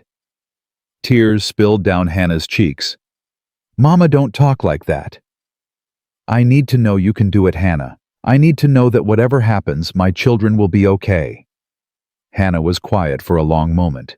Then she nodded, her jaw set with determination. "I can do it. But you're not going to die, Mama. You promised we'd be a family again. You promised. And I meant it." Ruth pulled her close. "I meant every word." They held each other until Caleb's voice broke through the silence. "Ruth, it's time." Ruth released Hannah and crossed to where Caleb stood by the door. His face was hard, his eyes scanning the darkness beyond the windows. "How long?" she asked. "Daniel sent word. Silas is on his way.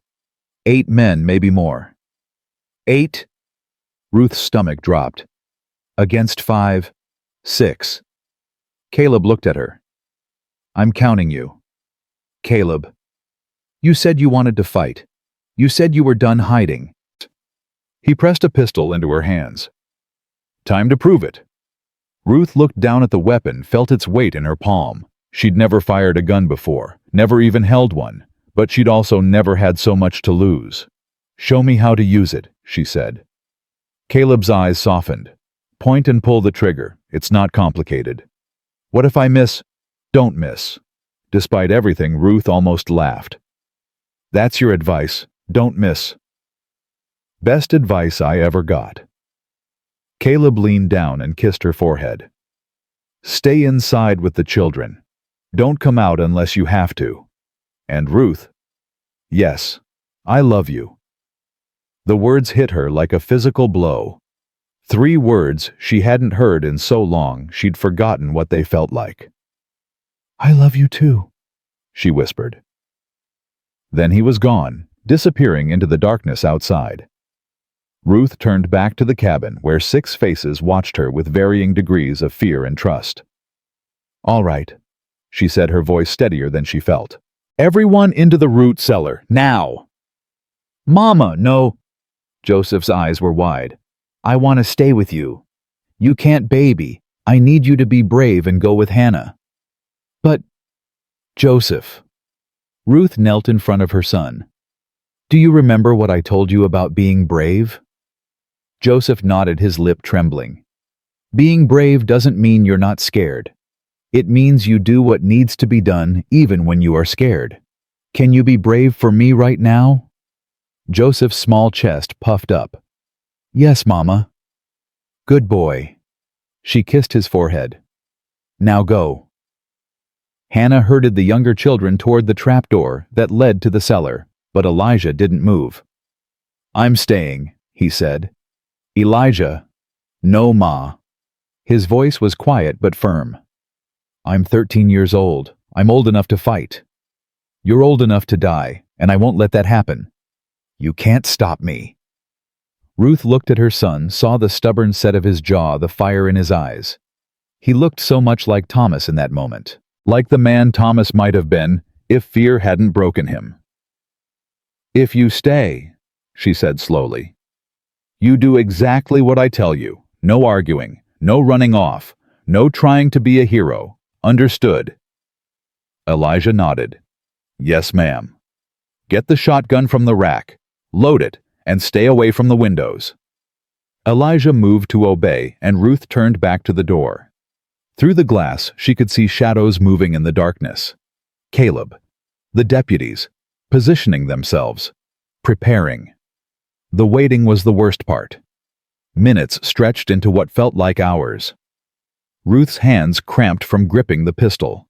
Beside her, Elijah stood rigid, the shotgun cradled against his chest. Then she heard them. Hoofbeats. Lots of them. Growing louder. "They're coming," Ruth breathed. Through the window, she saw torches flickering in the darkness. 1, 2, 5, 8 more. A small army riding toward the cabin. At the front of them, unmistakable even in the dark, was Silas. He stopped about 50 yards from the porch, his men fanning out behind him. In the torchlight, his face was sharp, predatory. "Ruth."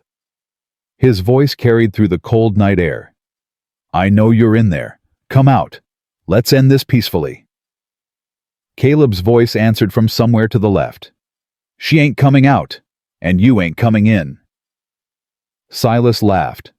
"Morrison, I should have known you'd be playing hero. Tell me, does she know about your past? About what you did in the war?" Ruth saw Caleb stiffen, but he didn't respond. "Ask him about Lawrence," Silas continued. "Ask him about the things he did to Confederate prisoners. Ask him how many men he killed in cold blood. That's enough." Sheriff Cole stepped forward, his badge glinting in the torchlight. "Silas Brennan, I'm ordering you to stand down." "On what authority?" "You've got no jurisdiction here, Cole. I've got a warrant signed by a territorial judge.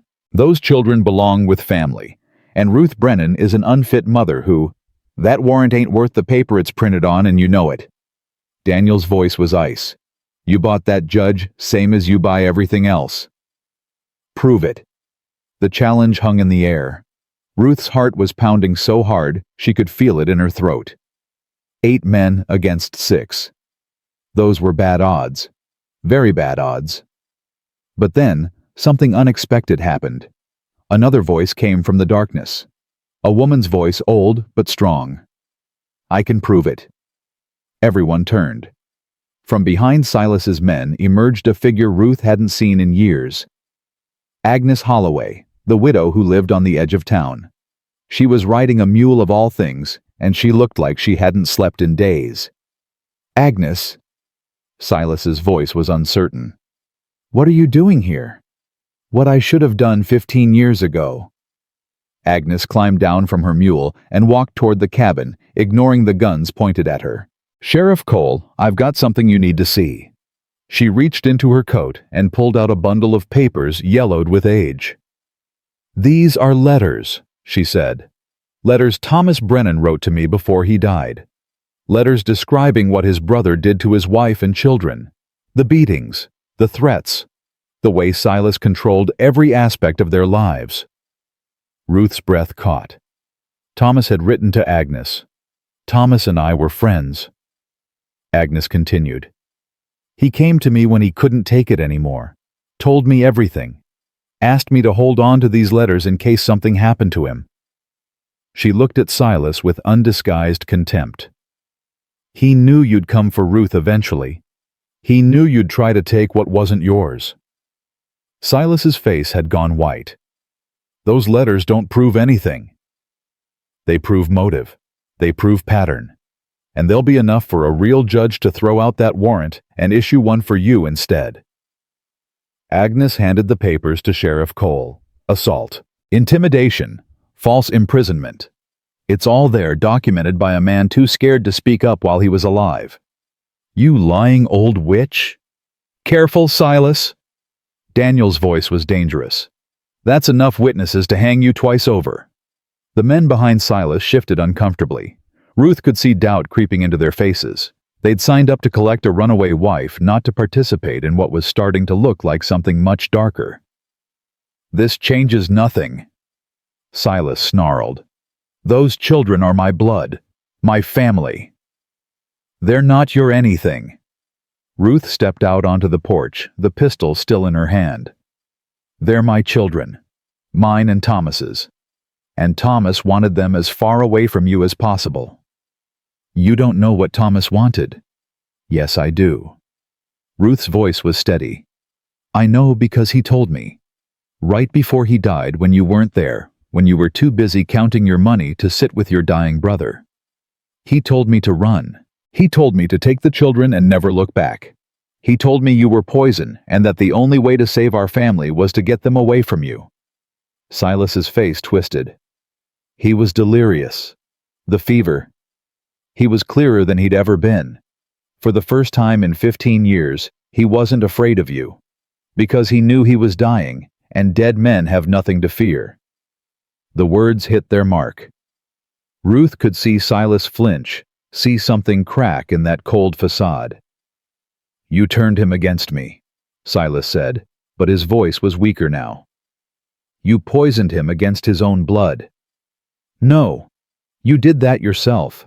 Every time you hit me, every time you threatened our children, every time you made Thomas feel like less of a man because he wasn't cruel like you. Ruth took another step forward. Thomas loved you once. You were his big brother. He looked up to you, and you destroyed that. You destroyed him. I made him, Silas roared. I gave him everything, a job, a home, a family. You gave him chains. You gave him fear.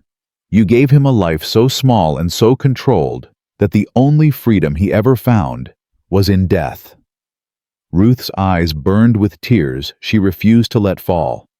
And now you want to do the same thing to me, to my children. But I won't let you. I would rather die than go back to that life. That can be arranged. Silas's hand moved toward his gun. Everything happened at once. Ruth raised her pistol. Caleb shouted something. Shots rang out. And Silas Brennan fell. Ruth didn't know who had fired. Didn't know if it was her bullet or Caleb's or one of the deputies. All she knew was that Silas was on the ground clutching his shoulder blood seeping between his fingers. His men scattered. Some fled into the darkness. Others threw down their weapons and put their hands up. Within moments it was over. Ruth stood frozen on the porch. The pistol still raised, her whole body shaking. Ruth. Caleb was beside her, his hand gentle on her arm. Ruth, it's over. Put the gun down. She couldn't move, couldn't think, couldn't process what had just happened. Mama! The voice broke through her paralysis. She turned to see Hannah and the other children emerging from the cellar, their faces white with fear. Mama, are you hurt? Hannah ran to her, throwing her arms around Ruth's waist. We heard shots. We thought, I'm okay. Ruth finally lowered the gun, her hands trembling. I'm okay, baby. Everyone's okay. She looked past Hannah to where Silas lay groaning on the ground, Sheriff Cole standing over him. "Is he dead?" she asked. "Nope. Shoulder wound. He'll live to stand trial." Daniel's voice was grim but satisfied. "Which is more than he deserves." Ruth watched as the deputies hauled Silas to his feet. His face was gray with pain and shock, but when his eyes met hers, she still saw that familiar rage burning underneath. "This isn't over," he hissed. "Yes, it is." Ruth's voice was calm, steady. "It was over the moment I stopped being afraid of you." They dragged him away, and Ruth finally let herself breathe. Caleb's arm came around her shoulders, and she leaned into him, drawing strength from his warmth. "You did it," he murmured. "We did it." "No." He tilted her chin up, forcing her to meet his eyes. You faced him down. You told the truth. You didn't run, didn't hide, didn't back down. That was all you." Ruth felt tears finally spilling down her cheeks. "I was terrified." "I know. Bravest thing I ever saw." Around them, the chaos was slowly resolving into order. The deputies rounded up Silas's men. Agnes was talking to Daniel, showing him the letters. The children were crying and laughing and asking questions all at once. But for just a moment, Ruth and Caleb stood in their own small world, holding each other in the cold night air. "What happens now?" Ruth asked. "Now we wait. Trial will take a few weeks, maybe a month. Silas will try to buy his way out, but with those letters and Agnes's testimony, he won't succeed." And then, Caleb was quiet for a moment. "Then you're free, really free. Free to go wherever you want, do whatever you want." Ruth pulled back and looked at him. "What if what I want is to stay here?" Something flickered in his eyes. Hope, maybe. Or fear. "Then you stay." "What if what I want is to stay here with you?" Caleb's breath caught. "Ruth. I love you, Caleb Morrison. I know it's crazy. I know we've only known each other a few weeks. I know I'm a widow with 6 children and more baggage than any man should have to carry. But I love you, and I want to build a life with you. Here, on this ranch, if you'll have us." Caleb didn't answer with words. He kissed her. It wasn't gentle. It wasn't careful. It was desperate and fierce and full of everything they'd both been too scared to say. When they finally broke apart, Ruth was crying again, but this time the tears were different. "I'll take that as a yes," she whispered. "That's a yes," Caleb confirmed. "That's a yes for as long as you'll have me." "Ew." Joseph's voice cut through the moment. "Mama's kissing Mr. Caleb." Ruth laughed a real laugh, the first one in longer than she could remember, and pulled her son into the embrace. "Yes, I am. Is that okay with you?" Joseph considered this seriously. "Does this mean he's going to be our new PI?" Ruth looked at Caleb, who looked back at her. "If you want me to be," Caleb said quietly. Joseph's face split into a grin. "I want you to be. You teach me stuff, and you don't yell, and you make Mama smile." "Then I guess I'm your new pa." Joseph threw his arms around Caleb's waist, and Ruth watched her heart so full it hurt as the man she loved embraced her son. One by one, the other children joined them. Hannah with tears streaming down her face, Grace clutching her sketchbook, Lily holding baby Thomas's hand. Even Elijah, his young face still haunted but lighter somehow. Only one person hung back. Ruth turned to see Agnes watching them with a sad smile. "Mrs. Holloway." Ruth crossed to the older woman. "I don't know how to thank you." "Don't thank me. Thank Thomas." Agnes's eyes were bright with unshed tears. "He loved you, Ruth. In his way, he really did love you. He just didn't know how to show it. Why didn't you come forward sooner? I could have what stood up to Silas when Thomas was still alive. Gotten us both killed." Agnes shook her head. "I was scared. Same as you. Same as Thomas. Silas had a way of making everyone around him feel small and helpless. Had, Ruth repeated. Had. Agnes smiled. Past tense. Thanks to you. Ruth embraced the older woman, feeling the frail bones beneath her coat, the trembling of age and exhaustion. Will you stay? Ruth asked. Tonight at least. You shouldn't be riding back alone in the dark. I'd like that. Agnes pulled back her eyes, moving to where Caleb stood, surrounded by children. He's a good man. Hold on to him. I intend to. The rest of the night passed in a blur. The deputies took Silas and his men back to town. Agnes settled into the cabin's only comfortable chair and fell asleep within minutes. The children were put to bed one by one, each of them needing extra hugs and reassurances before they could close their eyes. Finally, just before dawn, Ruth and Caleb found themselves alone on the porch. The sky was lightening in the east, pink and gold, chasing away the darkness. I keep waiting to wake up, Ruth said softly. Keep thinking this is all a dream, and I'm going to open my eyes and be back in that wagon running through the snow, Silas right behind us. It's not a dream. Caleb took her hand. It's real.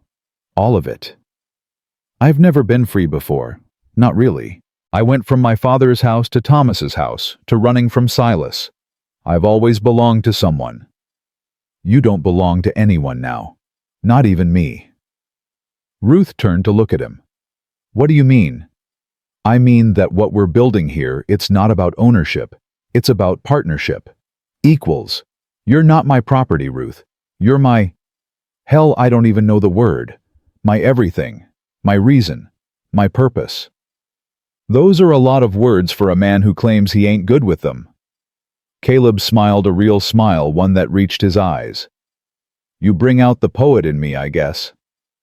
Ruth leaned her head on his shoulder. Caleb, yeah. Thank you. For what? For finding us, for saving us, for being stubborn enough to fight for people you didn't even know. Caleb was quiet for a moment. You want to know the truth. Always. That night in the storm, when I heard your children crying, I almost rode past. Almost told myself it wasn't my problem, wasn't my business. I'd been alone so long I'd forgotten what it felt like to care about anything. What changed your mind? I don't know. Something. Maybe God, maybe fate, maybe just plain dumb luck. He turned to face her, but whatever it was, I'm grateful, because riding past would have been the worst mistake of my life. You couldn't have known that then. No, but I know it now. He lifted her hand and pressed his lips to her knuckles. I know that everything I lost, everything I grieved, everything I thought was gone forever, it led me here, to you, to those children, to this moment. Ruth felt tears threatening again. You really believe that all the pain was worth it? I believe that pain can have purpose. Doesn't make it hurt less, doesn't make it fair, but it can mean something if we let it. They sat together as the sun rose, painting the snow in shades of gold and rose. Somewhere inside the cabin, a child coughed. Someone turned over on their pallet. Baby Thomas made a soft sound in his sleep, the sounds of family, the sounds of home. Caleb, Ruth said. Yeah. I think I'm ready to stop running now. He pulled her closer. Good. Because I've got nowhere else I want to be. The sun climbed higher, chasing away the last shadows of the night. And for the first time in 15 years, Ruth Brennan faced the dawn without fear. The weeks that followed Silas's arrest were the strangest of Ruth's life. For 15 years, she had lived in fear. Fear of saying the wrong thing, fear of looking at someone the wrong way, fear of breathing too loudly when Silas was in a mood. That fear had become so much a part of her that she didn't know who she was without it. Now slowly, she was learning. Mama, can I go to the creek with Joseph? Ruth looked up from the bread she was kneading to find Lily standing in the doorway, her coat already on her face, bright with anticipation. The old Ruth would have said no, would have kept her children close, kept them safe, kept them where she could see them at all times. But this was a new world, a safe world. Stay where Elijah can see you, Ruth said. And be back before supper." Lily's face split into a grin. "Yes, Mama." She ran off, her laughter trailing behind her like music. Ruth watched her go, feeling something loosen in her chest. Her children were playing outside, running, laughing, being children. It was such a simple thing, such an ordinary thing, but to Ruth, it felt like a miracle. "You're getting better at that." She turned. Caleb was leaning against the doorframe, watching her with that quiet intensity that still made her heart skip. Better at what? Letting go. Ruth went back to her kneading, but she smiled. "It's not easy." "Didn't say it was." Caleb crossed to her and stood close, not touching, just present. "But you're doing it anyway. That's what counts." "I keep waiting for something bad to happen. Keep thinking that if I let my guard down, if I stop watching and worrying, everything will fall apart." "Maybe it will." Caleb's voice was matter of fact.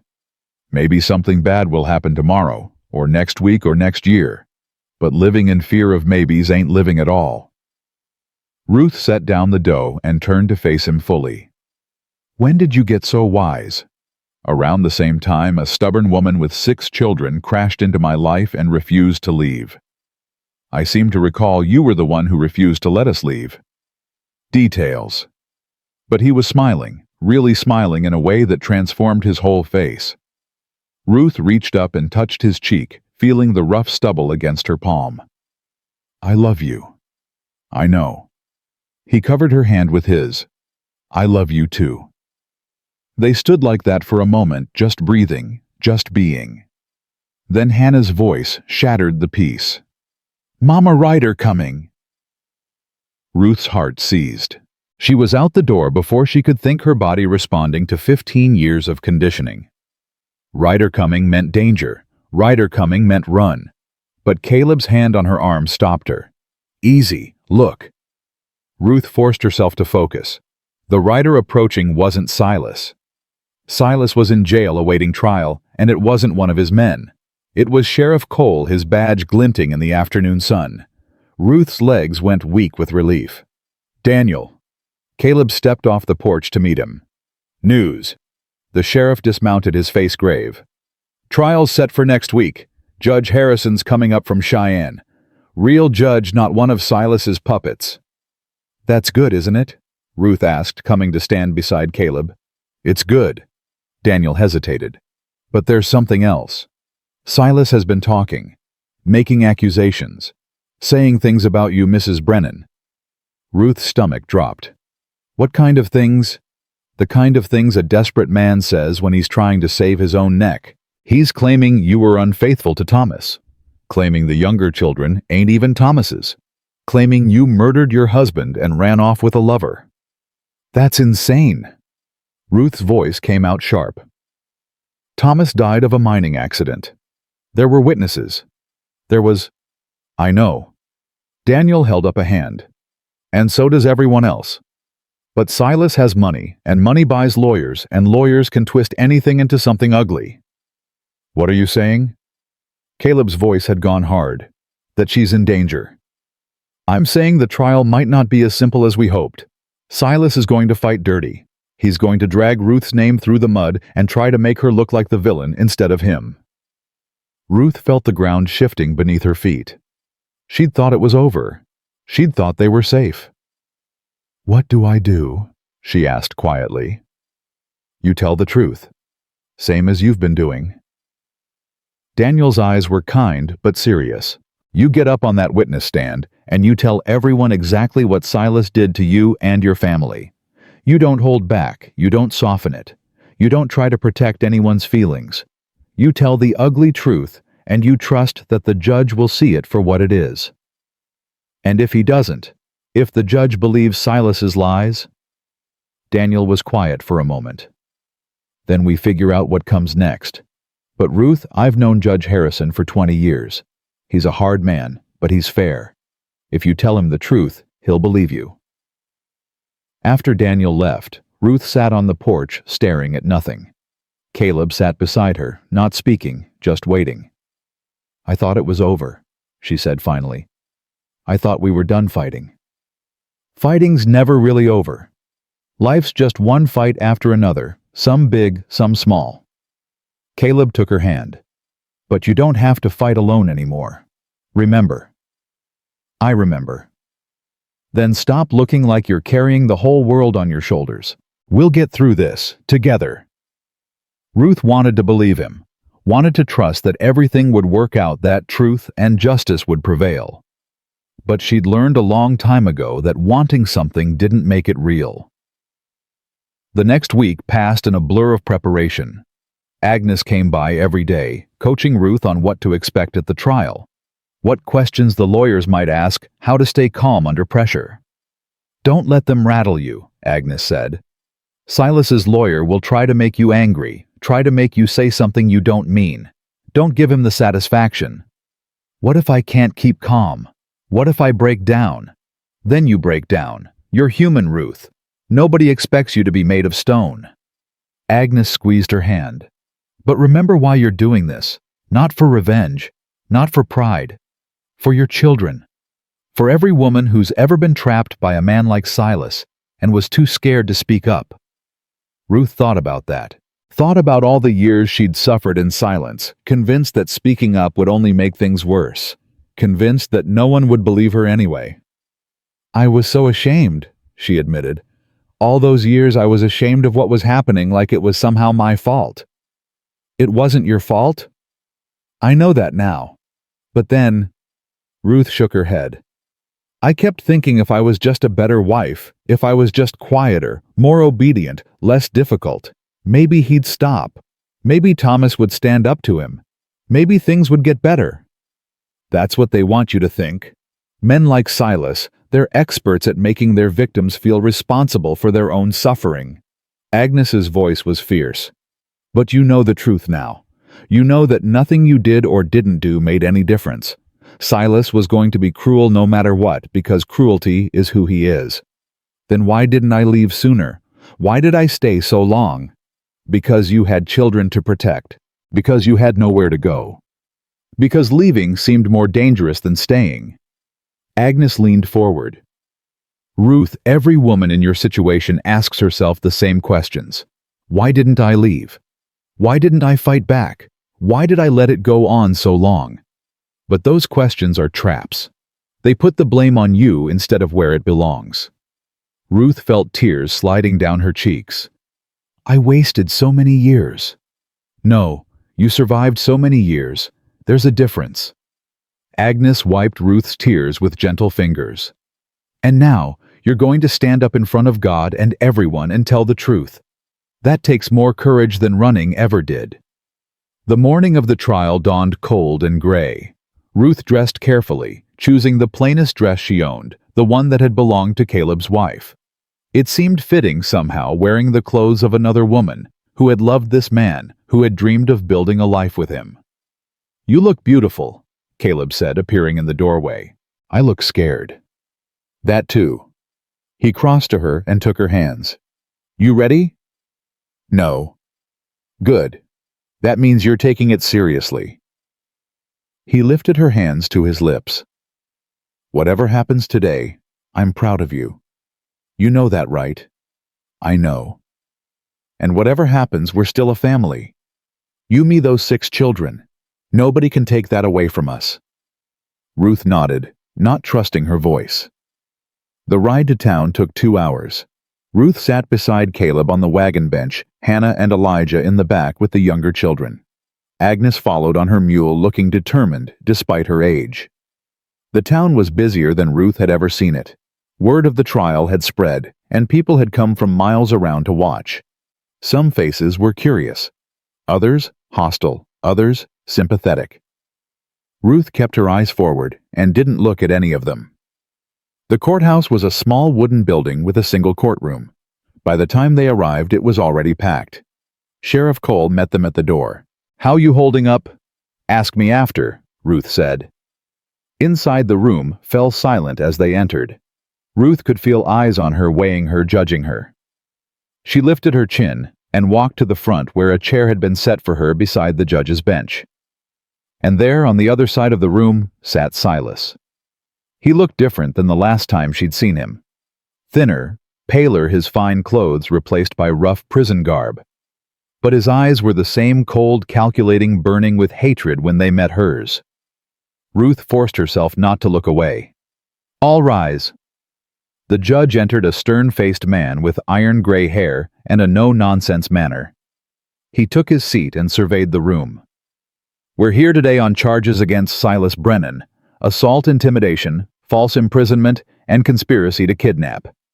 Mr. Brennan has pleaded not guilty. Let's hear the evidence."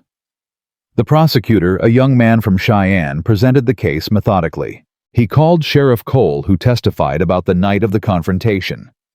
He called the deputies who corroborated the story. He called Agnes, who read Thomas's letters aloud, in a voice that shook with emotion. Through it all, Silas sat stone-faced, whispering occasionally to his lawyer. Then it was Ruth's turn. She walked to the witness stand on legs that felt like water.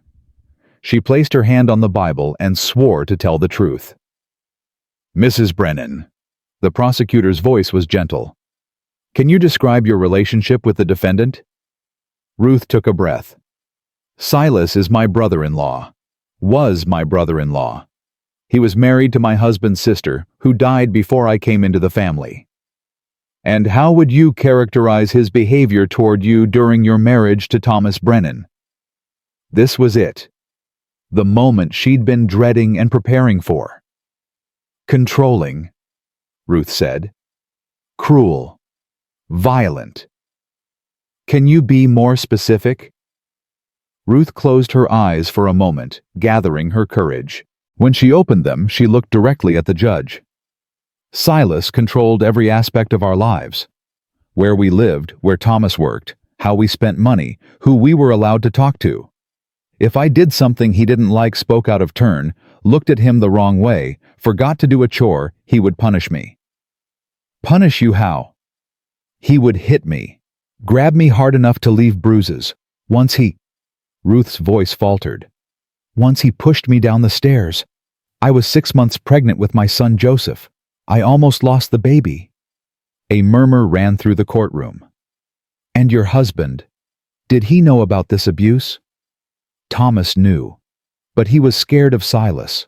We all were. Silas held all the power, the money, the jobs, the housing.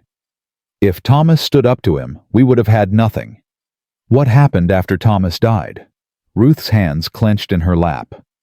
Silas came to our house the night after the funeral. He said that Thomas had owed him money, and now the debt was mine to pay. He said I had to marry him or he would take my children. And when you refused, he hit me, threw me against the wall, told me I had no choice. Ruth's voice was steady now, strong. That's when I decided to run. That same night I packed up my children and fled. I knew if I stayed, he would destroy us. The prosecutor nodded. Thank you, Mrs. Brennan. No further questions. Silas's lawyer stood. He was a slick man in expensive clothes, the kind of lawyer who specialized in making guilty men look innocent. Mrs. Brennan, you claim my client abused you for years. Why did you never report this to the authorities? Because I was afraid. Because Silas had connections everywhere. Because I didn't think anyone would believe me. Or perhaps because it never happened. It happened. You have no witnesses, no medical records, no evidence of any kind except your own word. I have the letters Thomas wrote. I have the bruises that Agnes saw when she visited. I have 6 children who grew up watching their mother be terrorized. Children who would naturally support their mother's story. The lawyer smiled shark-like. Mrs. Brennan, isn't it true that you were unhappy in your marriage? I was unhappy with the circumstances of my marriage, with being controlled and abused, not with Thomas himself. And isn't it true that you had feelings for other men during your marriage? Ruth felt her face flush. No. Really? Because my client says he witnessed you behaving inappropriately with several men over the years.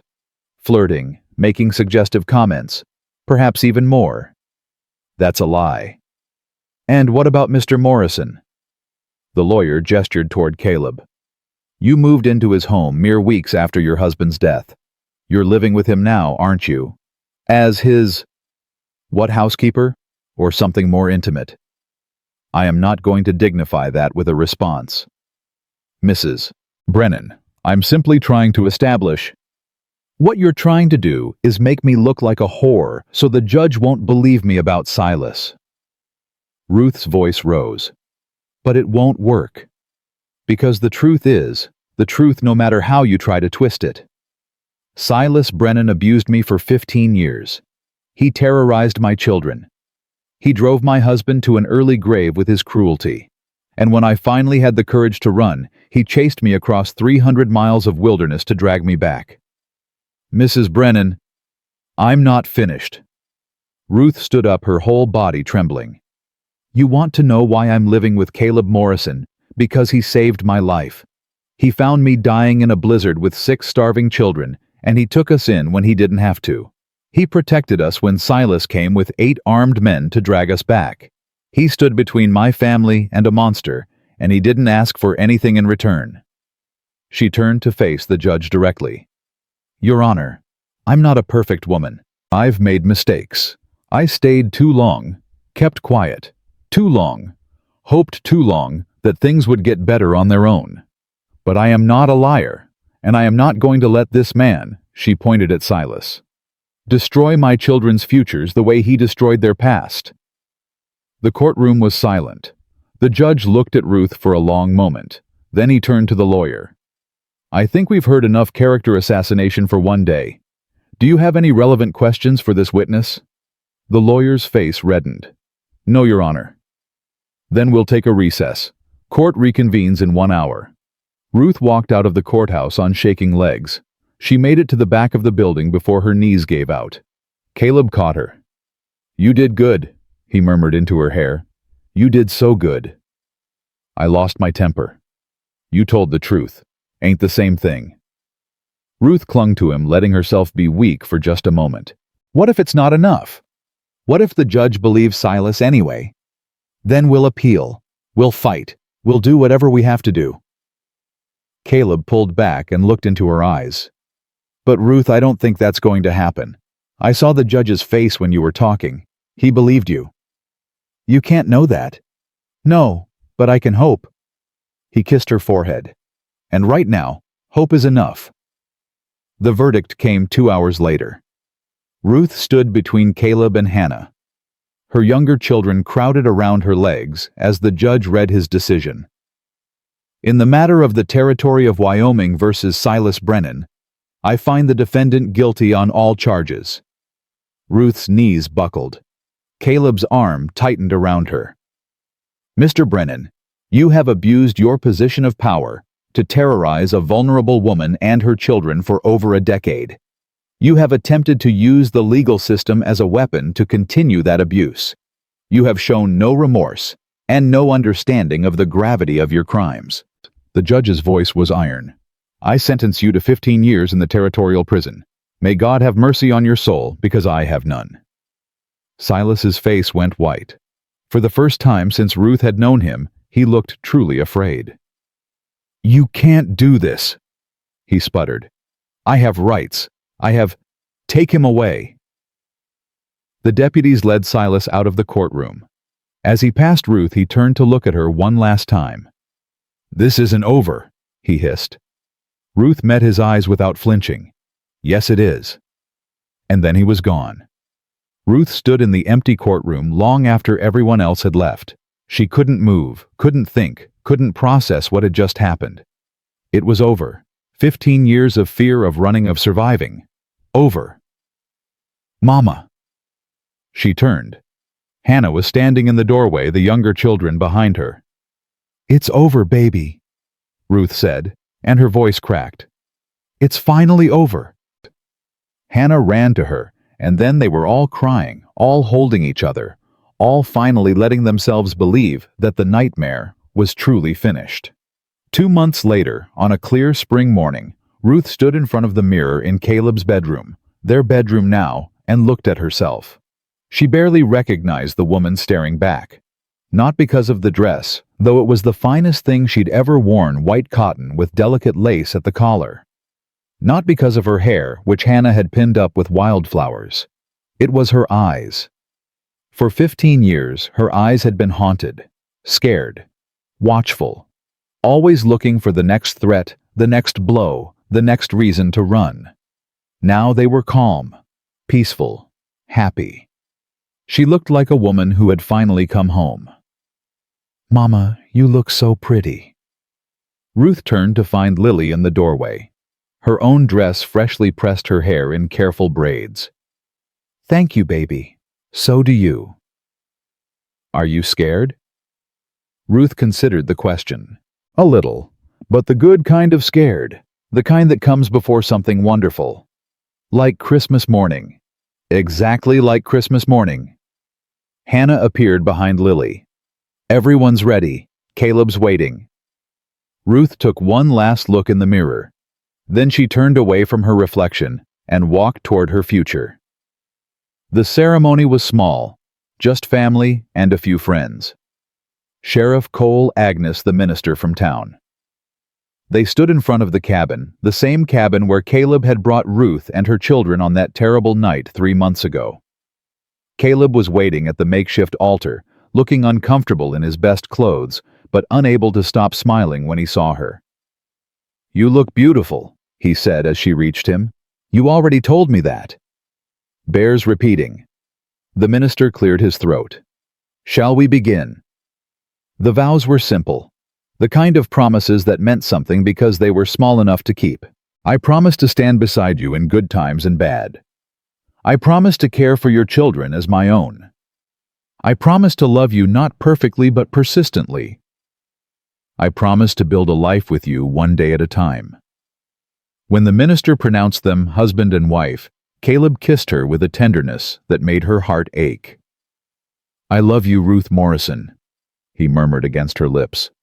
"I love you too, Caleb Morrison." Behind them, the children erupted in cheers. That night, after the celebration had wound down and the children were finally asleep, Ruth and Caleb sat on the porch one last time. The stars were brilliant overhead, scattered across the sky like diamonds on velvet. "You know what I keep thinking about," Ruth said. "What?" "That night in the storm, when you found us." She leaned into him.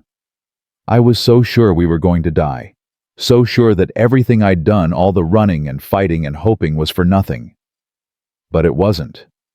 No, it wasn't." She turned to look at him. "You saved us, Caleb. Not just our lives, our souls." "You saved yourselves. I just opened the door." "Don't do that. Don't make yourself small." Ruth touched his face.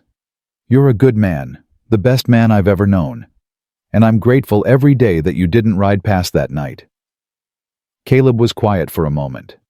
Then he said, "You want to know something? Always. I almost did ride past. Almost told myself it wasn't my business, wasn't my problem. I'd gotten so used to being alone, so used to not caring about anything, that helping someone felt like too much work." "What changed your mind?" "I don't know. Something in the way those children were screaming. Something in the way the wind sounded, almost like a voice telling me to stop." He shook his head. "Maybe it was Sarah and Samuel. Maybe they were up there somewhere pushing me toward you." Ruth felt tears prick her eyes. "You believe that. I believe that the people we love don't really leave us. They stay in our hearts, in our memories, in the choices we make." Caleb took her hand. "Sarah would have loved you. Would have loved watching our children play together." "Our children." Ruth smiled through her tears. "I like the sound of that." "So do I." They sat in comfortable silence, watching the stars wheel overhead. "Caleb." "Yeah." "What do you want for the future?" He considered the question. "I want to watch those children grow up. Want to teach the boys how to work the land and the girls how to ride. Want to see Hannah find a good man who treats her right. Want to hold our grandchildren someday." "That's a lot of wanting." "You asked." Ruth laughed softly. "I did." She squeezed his hand. "I want those things too.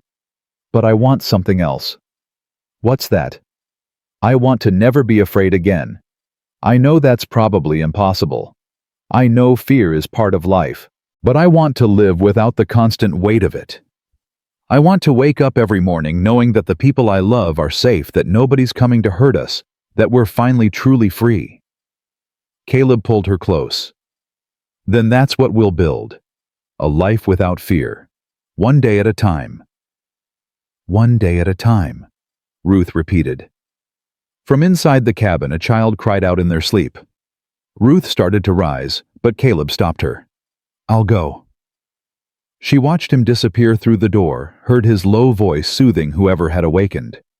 A year ago, she'd been running for her life with 6 starving children and no hope of escape. Now she had a home, a husband, a family that was finally truly whole. The road had been long and hard and full of pain, but it had led her here, to this moment, to this man, to this life she'd never dared to imagine. Ruth tilted her face up to the stars and said a silent prayer of thanks.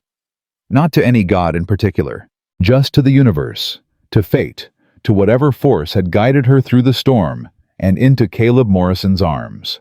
The cabin door opened and Caleb reappeared. Joseph had a nightmare. He's okay now. Thank you. For what?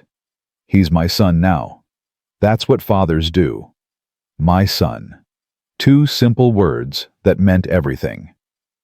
Ruth stood and crossed to him, wrapping her arms around his waist, pressing her cheek against his chest. I love you, she said. I love you too. He kissed the top of her head. Come to bed. In a minute. She stayed in his arms a moment longer, listening to his heartbeat, feeling the solid warmth of him. Then she pulled back and looked up at his face. Thank you, she said, for finding us, for fighting for us, for not giving up. I could say the same to you. Then let's say it together. Thank you. Thank you. They smiled at each other in the starlight. Then, hand in hand, they walked into their home, closing the door on the past and opening their hearts to the future. Outside, the wind whispered through the grass.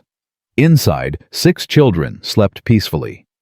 And somewhere in the vast Wyoming sky, the stars kept their silent watch over a family that had been broken and scattered and lost, but had finally, against all odds, found their way home.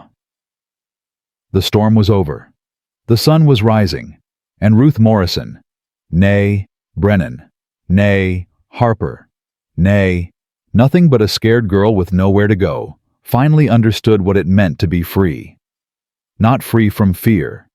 Fear would always be there, lurking in the shadows. Not free from pain. Pain was the price of loving anything at all. But free to choose. Free to hope. Free to build a life worth living. That was enough. That was everything. That was love.